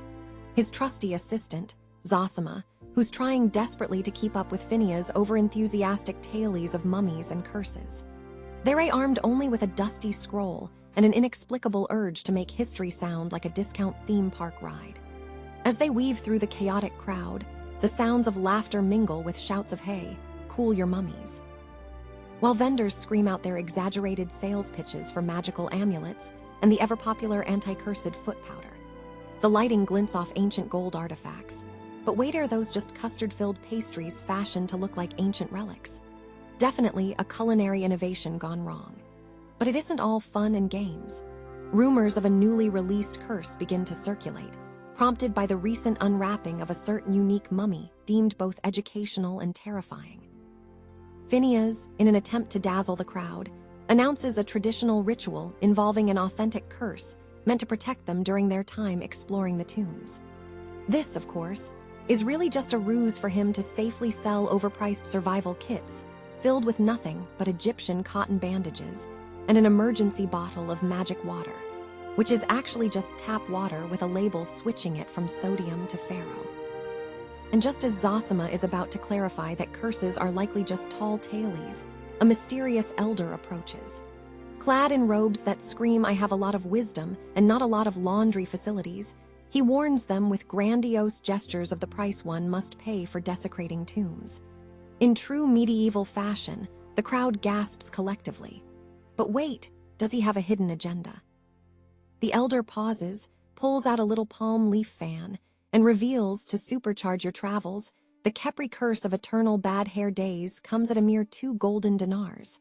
Only in medieval Egypt could a curse be marketed as a luxury item. The crowd erupts into laughter, though it's the kind of laughter that masks a twinge of panic. And as the sun sets, throwing the marketplace into vivid shadows, the curse transforms into a costly midnight giggle fest of sorts as everyone gathers to swap curse stories over their exploding falafel sandwiches, while Freeze Camel Taco stands just outside sell suspiciously bad hybrid foods. At the end of the day, no mummy goes unmonitored, no curse goes unchecked, and no traveler leaves without a gag gift, especially not when an elder with questionable intentions marketing bad hair days becomes the highlight of their holiday. So what's the moral of the story? In medieval Egypt, it's best to ensure your hat collection is extensive, both for sun protection and when dealing with the eternal curse of bad hair day. Always read the fine print on tourist attractions. Sometimes, a curse is just another way to tell you to leave your selfie stick at home. Establishing tone requires ambience. Picture this. It's the year 1500, in the heart of a raucous tavern where a dubious blend of garlic, ale, and the unmistakable scent of unwashed bodies hangs in the air like the local gossip, heavy, intrusive, and hard to shake. The sound of off-key lute music clashes with the raucous laughter of patrons who clearly do not understand the concept of inside voices. Enter our protagonist, Sir Richard of Quackery, a local alchemist beloved for his convoluted explanations and shady concoctions. His outfit gleams with the kind of glittering embellishment only a man who spends more time over a cauldron than in personal hygiene can pull off. Tonight, he unveils his magnum opus, the elixir of eternal youth, a thick sludge more closely resembling swamp water than a viable lifeline. But as fate would have it, this dinner party's main attraction doesn't feature meat or bread, no. It's something far more sinister. The potion that promises to reverse aging, fight bacteria, and cure your neighbor's ingrown toenail, all for the bargain price of 2 chicken legs. As Sir Richard uncorks his dubious brew, the atmosphere grows thick with a peculiar mix of intrigue and desperation. It's rumored that nearby villagers have been using it to combat everything from melancholy to male-pattern baldness. No one knows why the peasants are all miraculously sprouting new hair in places they didn't have before, but who cares about logic when you can sell vials of questionable origins with fanciful names? Prompting the crowd with a theatrical flourish, Sir Richard pours a single drop into a pewter chalice. Behold, the answer to all your woes. He bellows, before demonstrating his potent formula by pouring an entire vial, momentarily causing a drowsy old man in the corner to stand up straight only to immediately keel over again. The collective gasp of the audience echoes louder than the lute's screech, half cluing them into the macabre nature of their evening. In true medieval fashion, the crowd can't help but be swept up in the frenzy. Curses, superstitions, and mistrust weave through the room quicker than a merchant fleeing unpaid debts. If this potion doesn't kill you, the power of suggestion will. Instead of just enjoying their ale in dubious peace, guests now huddle together, abandoning their mugs for empty bowls, wondering if the formula is spilling over into their own beverages, and praying furiously to various deities they can slightly trust. In a bizarre twist of events, a nearby blacksmith dismisses the potion as nonsense, only for Sir Richard to challenge him. "I'll bet you the roof over your head that you cannot survive the night without my elixir." After a series of passionate negotiations accompanied by an overly enthusiastic lute solo, the bets are placed.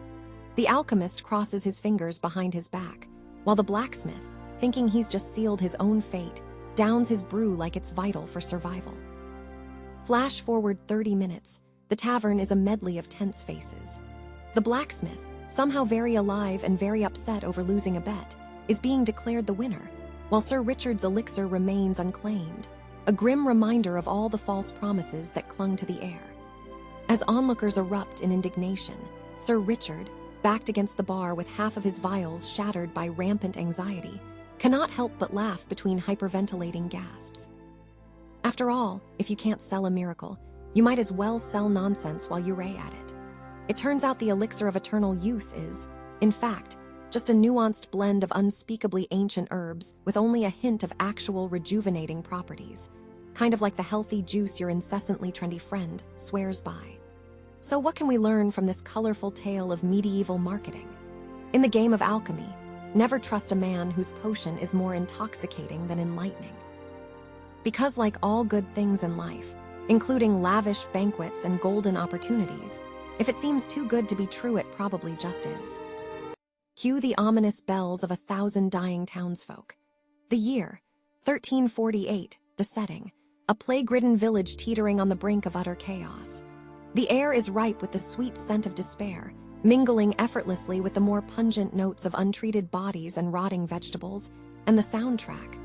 Well, that's just the delightful cacophony of moans and wheezy coughs reverberating in the distance. Enter our protagonist, Lady Agnes, a mildly respectable noblewoman determined to revitalize her societal standing with a soir that could only be described as life-threateningly delightful. After all, nothing screamed we're still relevant. In the age of the Black Death, quite like a good old-fashioned plague party, where the decor is creatively morbid and the dress code suspiciously optional due to illness. In the lavishly dilapidated ballroom, cobwebs hang down like gaudy drapes, and flickering candles create a perfect ambience for either an intense game of charades or a spontaneous funeral. The centerpiece of the evening, a delightful buffet of local delicacies, that fantastically unappetizing mix of charred rat, moldy bread, and a stunning array of cheeses so aged they could practically speak Middle English. Oh, and do bring your own corpse, because what's a plague party without the featured guest? Gather round. Be the first to don your soon-to-be unfashionable mask made of herbs, a potent mix of rosemary and garlic. A classic ensemble advised by your cranky neighbor who's nearly suffocated to death from his own bravado. Why breathe the clean air when you can optimistically choke on the scent of medieval potpourri? Now, it wouldn't be a proper soir without a suitable toast, and Lady Agnes stands ready, wine goblet in hand, creating a new trend in health tips. Drink more. Especially if you've got the plague, for the stronger the wine, the weaker the germs, or so the theories say. Glasses clinked, coughs mingled, and laughter echoed, though coughing was strictly compulsory by now. As the evening unfolded, uninvited tensions arose. The crowd began to whisper, exchanging side glances regarding that unresponsive corpse slumped in a corner, awkwardly draped in a lace veil that used to belong to a rather fabulous widow just days prior. Was that Archibald the baker, or a new, rustic decor choice? One party-goer swiftly urged that someone should check, but alas, the spirit of the party quickly nudged them to dive back into the cheese platter. But wait, drama struck. Mid-bite, a party-goer collapsed, causing a mini panic. Was it a side effect of the affections of putrid rat, or a cursed case of life-threatening hilarity? Divine intervention arrived in the form of their medical expert, Sir Reginald the Hopeless, whose tried-and-tested remedy included intensive application of patience and a hefty dose of more wine. And just like that, in the midst of bubbling hilarity and potential mortality, Lady Agnes seized the moment to declare, "Worry not, for this too shall pass, much like our fondness for hygiene."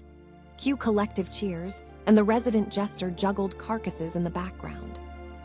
Just as everyone settled into laughing disregard, reports flew in from the courtyard that the local physician refused to attend their event out of sheer boredom. It was simply too familiar each time.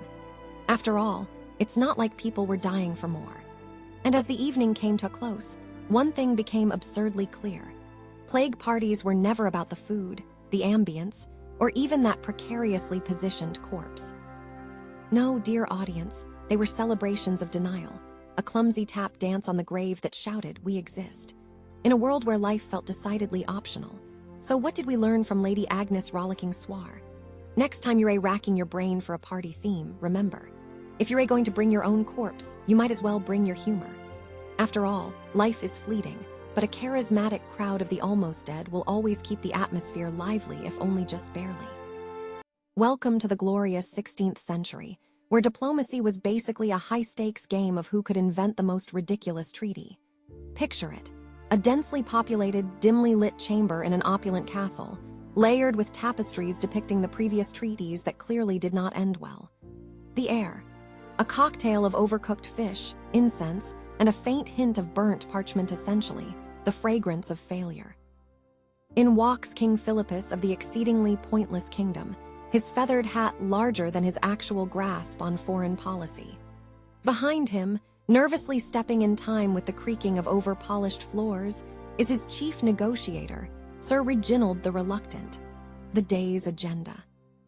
A treaty of utmost importance regarding trading rights for pickled herring with the neighboring realm, which was under the lordship of Duchess Beatrice the Bewildered, possessing a penchant for both baffling negotiations and excessive amounts of lavender. Now, as it turns out, pickled herring was not just food. It was a cultural artifact of tremendous gravity, equivalent to the modern-day invention of Wi-Fi.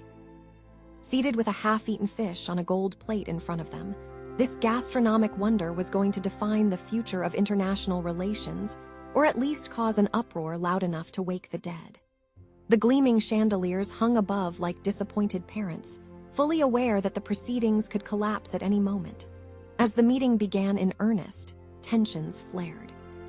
King Philippus' court magician, who for some reason was invited to the negotiations, claimed that a sneeze during the commencement could invoke the wrath of the gods and cause the herring to spoil an issue that had plagued their last summit, quite literally. "These fish cannot be treated lightly," he exclaimed dramatically, waving about a wand that might have been a meat skewer. In an attempt to break the ice and the tension, Sir Reginald nervously proposed the incorporation of an intricate ritual requiring all present to dance around the pickled herring, while singing a nonsensical ditty about the ancient art of fish preservation. Duchess Beatrice, for her part, had her own bizarre ritual. The praying of a lavender-scented incantation that involved waving around the very same pickled fish as though it were a saintly relic. What did they learn from their last meeting? Simple. Nothing sends a message of goodwill quite like a fishy dance-off under dusky candlelight. The tension suffocated in the absurdity, and only seemed to worsen as the negotiators began brandishing their respective herring as if it were an actual weapon.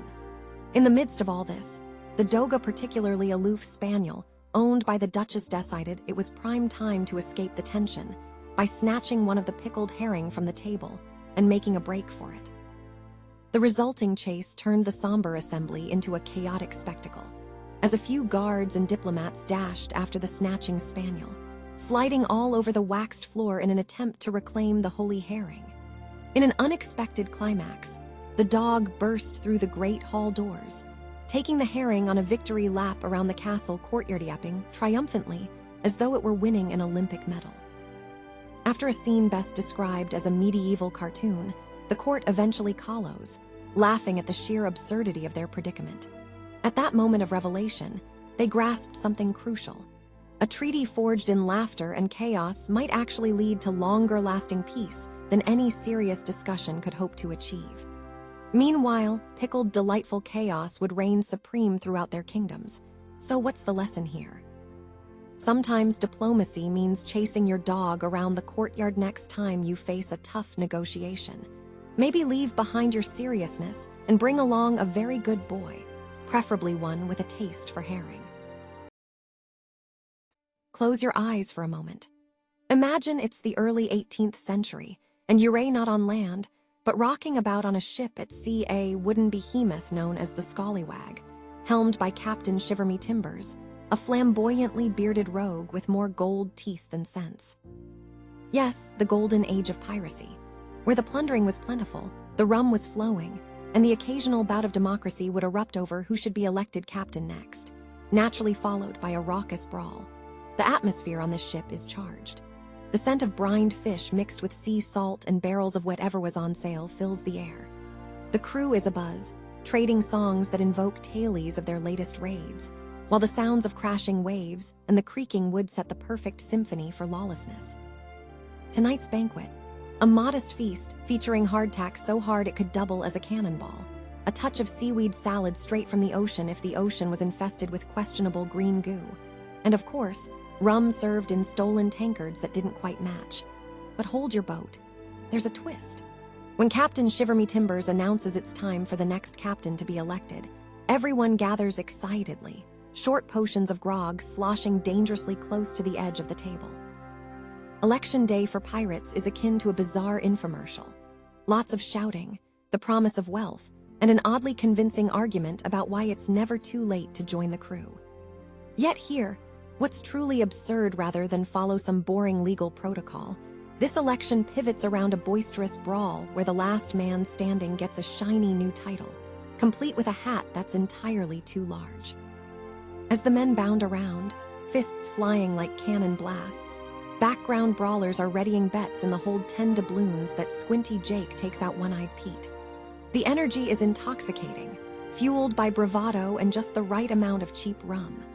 Ritualistically, they toss out silly promises such as, "Vote for me and I'll guarantee we'll raid only the best vessels." Meanwhile, Squinty Jake, sporting a wooden leg fashioned from a barrel, rallies support with his chaotic charm, declaring war on the crusty sea rats who dare oppose his vision of pirate utopia. Constant treasure, no rules, and a parrot on every shoulder naturally. But lo and behold, just as Jake is about to land a superb right hook to secure the title, a disheveled whelp from the rigging yells, "Wait, what if we just elect Ariel captain?"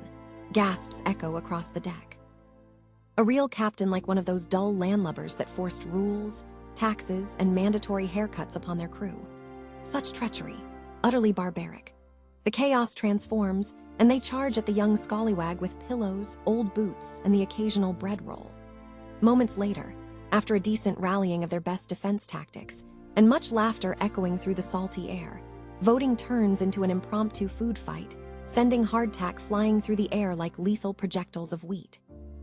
When the brawl finally dies down, Captain Shiver-Me-Timbers awkwardly attempts to oversee the remnants, a disheveled assembly of bruised and covered in bread crumbs, and declares Jake the new captain, despite having suffered more blows than wins.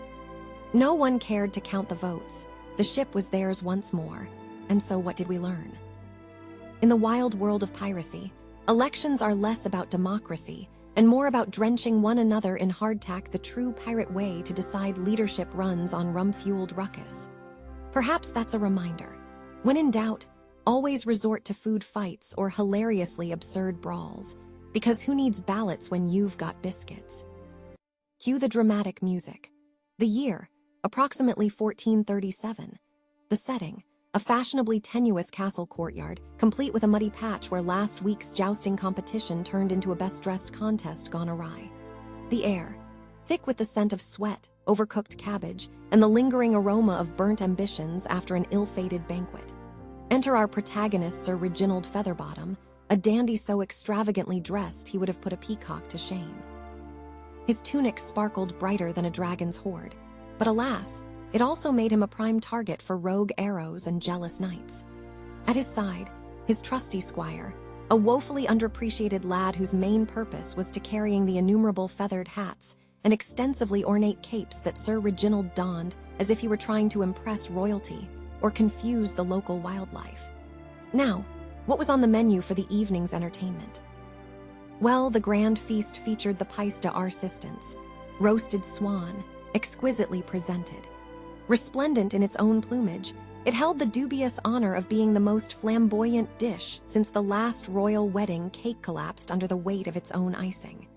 As the swan was paraded around, a wave of uncertainty washed over the crowd. Not the kind of uncertainty that stems from existential dread, but rather paranoia about whether the swan had been more than an elegant centerpiece earlier in the day. People began to perform odd rituals, ladies donning protective charms made from garlic and hairy herbs, while gentlemen indulged in incantations to ward off the curse of the swan. Meanwhile, Sir Reginald held a shard of his favorite gold plate, convinced it might protect him from the breast of doom. Tension mounted as the swan was presented to the lord of the manor, who gleefully wielded his oversized fork while simultaneously trying to look dignified. Sir Reginald's heart raced. Could this be the moment when refined culinary art took a turn for the tragically absurd? The moment of consumption arrived, and everyone held their breath, waiting for the clangor of either applause or horrified gasps.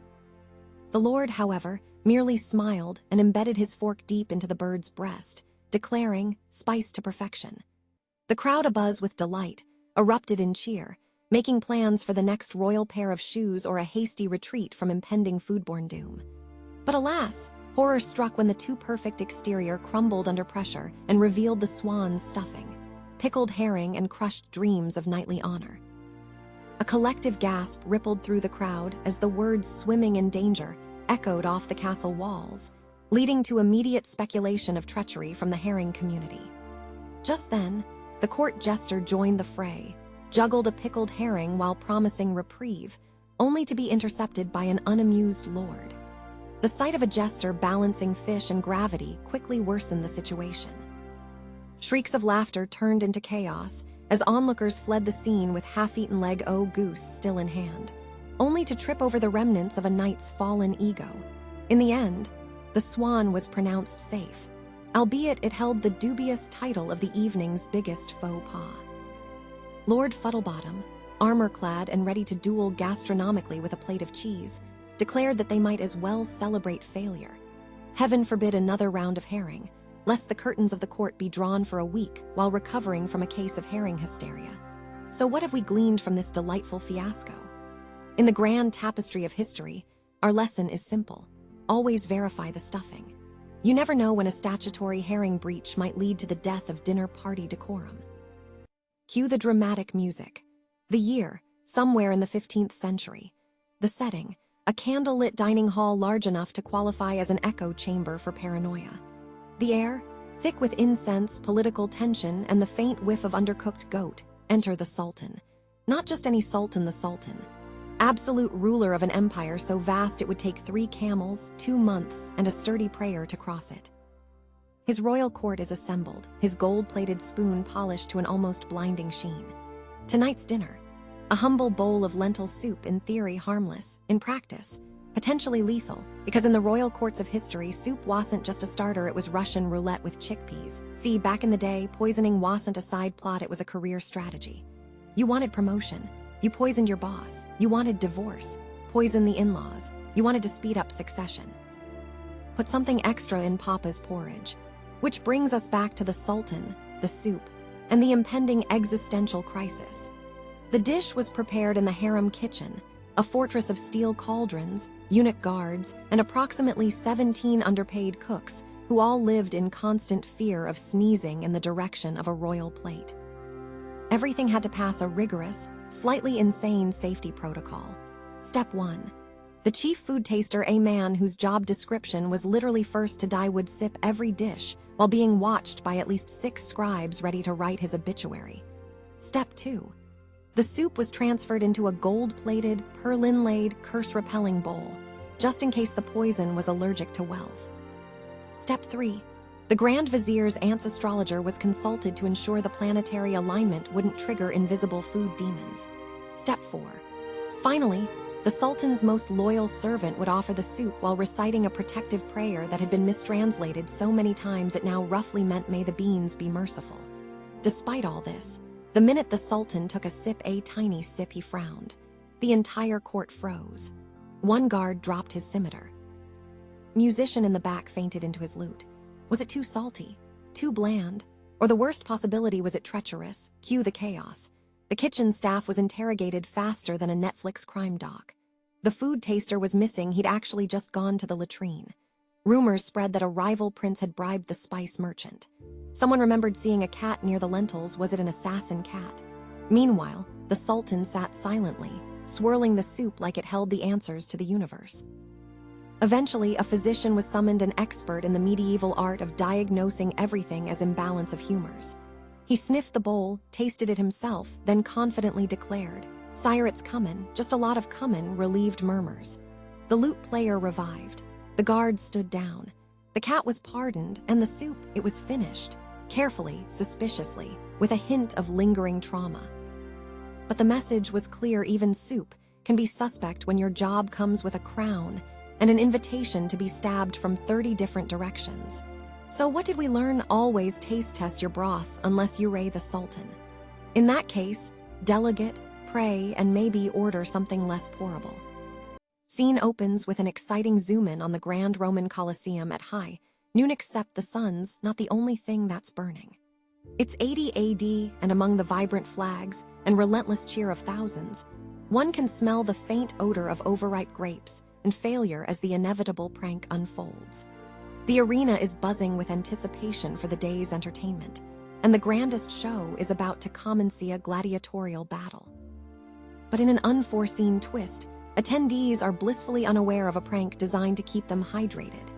Enter our protagonist, Marcus, a gladiator turned practical joker who's decided to spice up the day with the ultimate prank: a giant jug of fake wine. Picture this: an enormous clay amphora, suspiciously tip-tilted, filled to the brim with what looks like the finest Roman wine.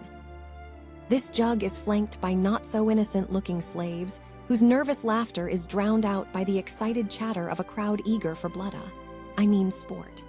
The air is thick with the scent of roasted boar, mixed with the acrid smell of sweat and long-forgotten hygiene practices, while the sound of wooden swords clashing echoes throughout the venue.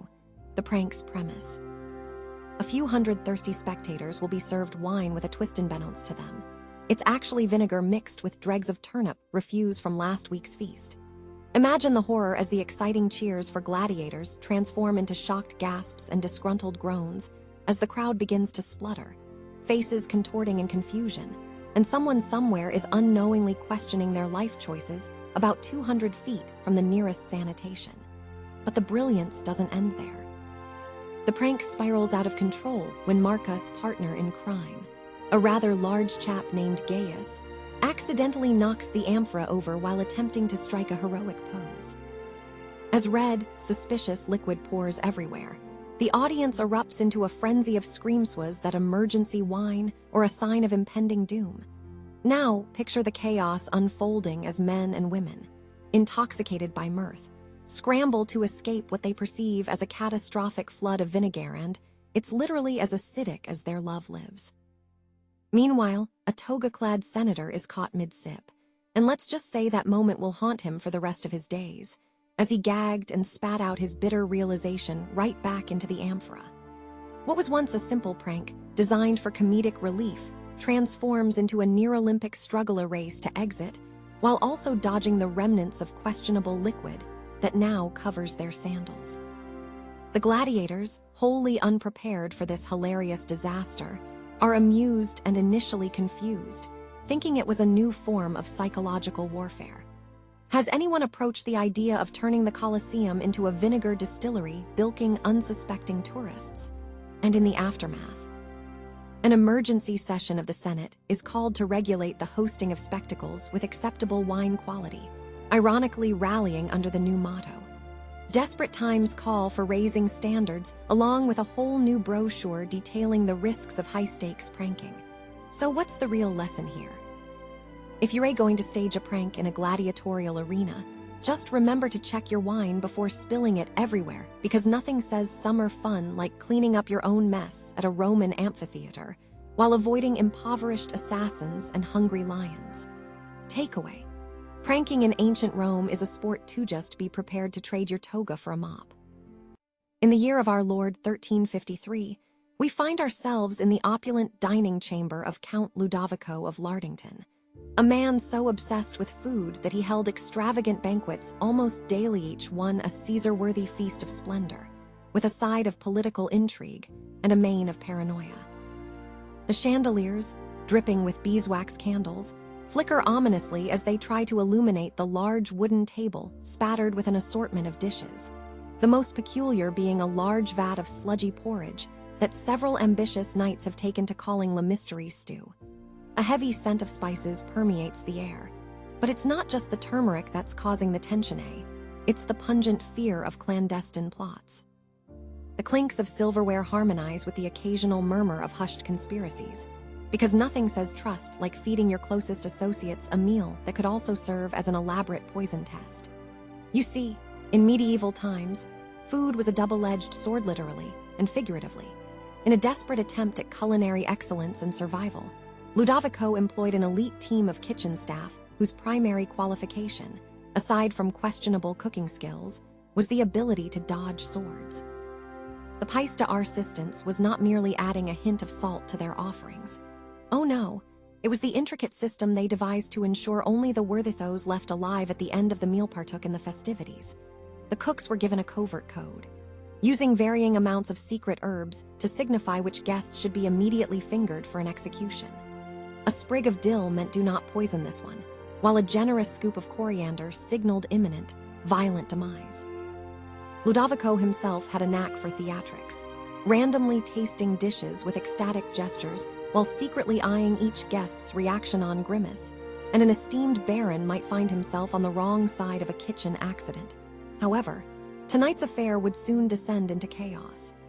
As the knights dug into the dubious mystery, stew made with the unfortunate remains of last week's banquet, tension escalated.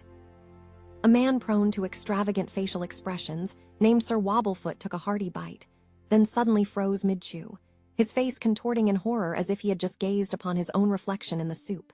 Gasps echoed as Sir Wobblefoot clutched his throat. Was it poison? Did he taste a hint of dill? The entire hall shook with hysteria as the guests interpreted his grimace as a signal of impending doom. The servants, eyes wide and frantic, scrambled for the antidote that didn't exist. The poor girl in charge of the secret codes had fallen asleep, her head resting on the spice rack, failing to translate the recent upgrade to their poisoning protocol. In the uproar, one nobleman rose dramatically, face aflame with audacity. It was the Cummin. It must be the Cummin. He shrieked, pointing fingers like an accusation bazooka, dreaming of heroism amidst gastronomic fury. Ironically, the real culprit was the recipe for la mystery stew itself, an unholy amalgam of leftovers, dubious starches, and whatever had crawled into the pot when no one was looking. As the tension simmered, it turned out that the stew's fatal flaw was a simple case of overcooked lentils delivering a texture so horrendous that it risked breaking the unyielding wills of all its consumers. In the absolute pandemonium, Sir Wobblefoot merely needed to remember his own gluten issues, and panic ensued for no reason at all. What the nobles didn't realize is that this was actually a clever diversion engineered by Count Ludovico himself, who had grown weary of the squabbling elite. Donning his chef's hat, he had concocted both the stew and the chaos deliberately, making sure by the time dessert arrived, nobody would remember what they had quarreled over in the first place, namely, who should inherit the last remaining slice of bread. So here it is, a banquet plagued by bravado and botched recipes. Lesson learned. In the medieval world, trust your cook but never your guests unless they happen to be sleeping, in which case, bon appetit to their dreams. In the charmingly chaotic year of 1228, we find ourselves in the bustling court of King John of England, the monarch famously nicknamed Lackland, a title surely earned from his remarkable ability to lose things, like lands, battles, and the love of his people. As candles flicker menacingly in the shadows, the halls resonate with muffled whispers and the pungent smell of aged cheese mingling with the overcooked porridge. Yes, the medieval dinner is about as appealing as a troll's underarm, a smell so rich it could convince even the most defiant diners to consider a life of fasting. Our scene centers around a lavish banquet table, disproportionately adorned with knickknacks, and an unidentifiable mystery meat that could either be dinner or the remains of last week's jester. The King's Court is a colorful cast of characters, including Sir Geoffrey, who's been known to breathe fire after one too many mead gorging sessions, Lady Agnes, equipped with enough lace to fashion a small sailboat, and of course, our esteemed food taster. You'd think they were the most important job in the kingdom, but in reality, they were the world's worst game of culinary roulette, live or die. Your pick. As the banquet unfolds, we learn that this isn't just any meal. It's a treasure trove of culinary paranoia. With every plate, there lies the hidden risk of tiny, insidious doses of poison, delivered by secretive rivals or disgruntled kitchen staff who are definitely not receiving their lunch breaks.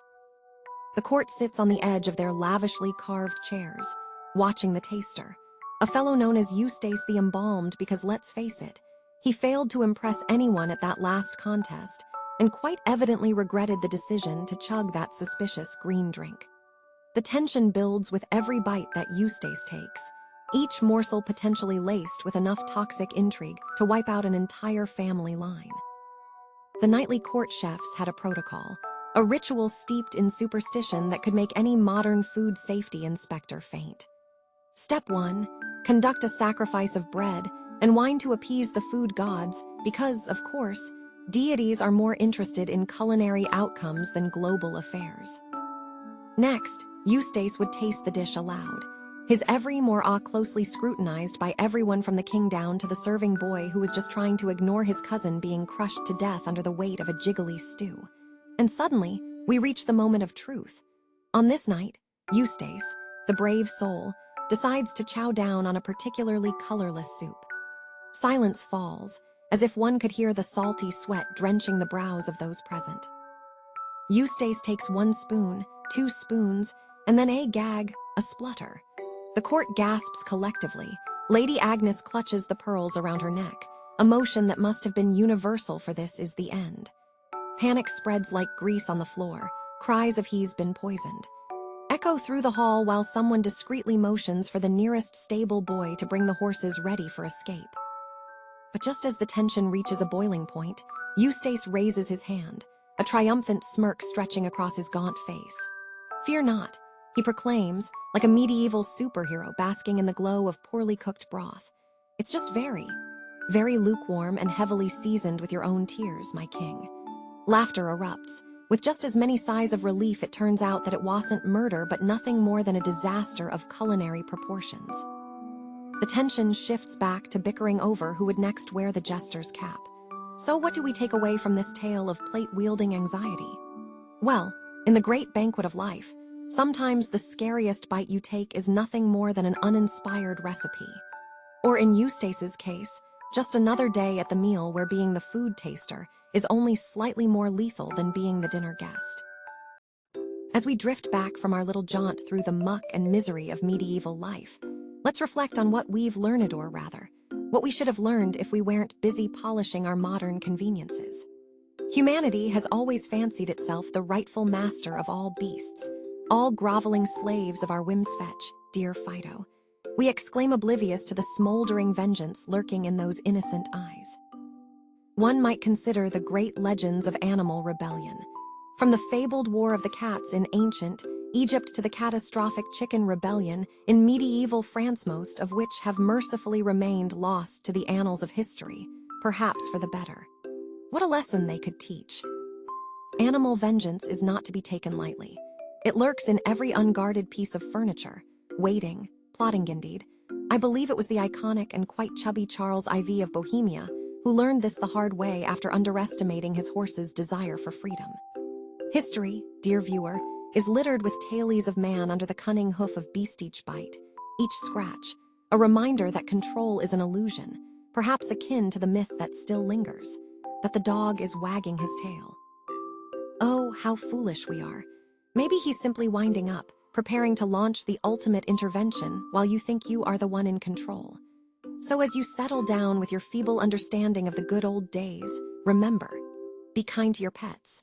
You never know when they might conspire with the feral army across the street, and before you know it, y'all be battling them with only a broom in hand. If we have learned anything from the past 2 hours of dismal existence, soaked in dirt and noble woes, let it be this. The next time you fluff your dog's bed, ask yourself, am I the master or merely a bedfellow in his grand plan for uprising? And so we leave you with this morsel of wisdom. In the grand tapestry of life, May you always remember that while we struggle mightily to control everything from our daily schedule to the whims of nature, the truer battle lies in the baleful gaze of your childhood hamster, plotting its revenge on your late-night snacks. Keep your wits about you, dear friends. The medieval spirit lives on in every stubborn pet, serving as a living reminder that the tale may just be the tip of the iceberg. Thank you for joining us in this absurdly beautiful historical Meste Civil, or more likely, stay off the menu.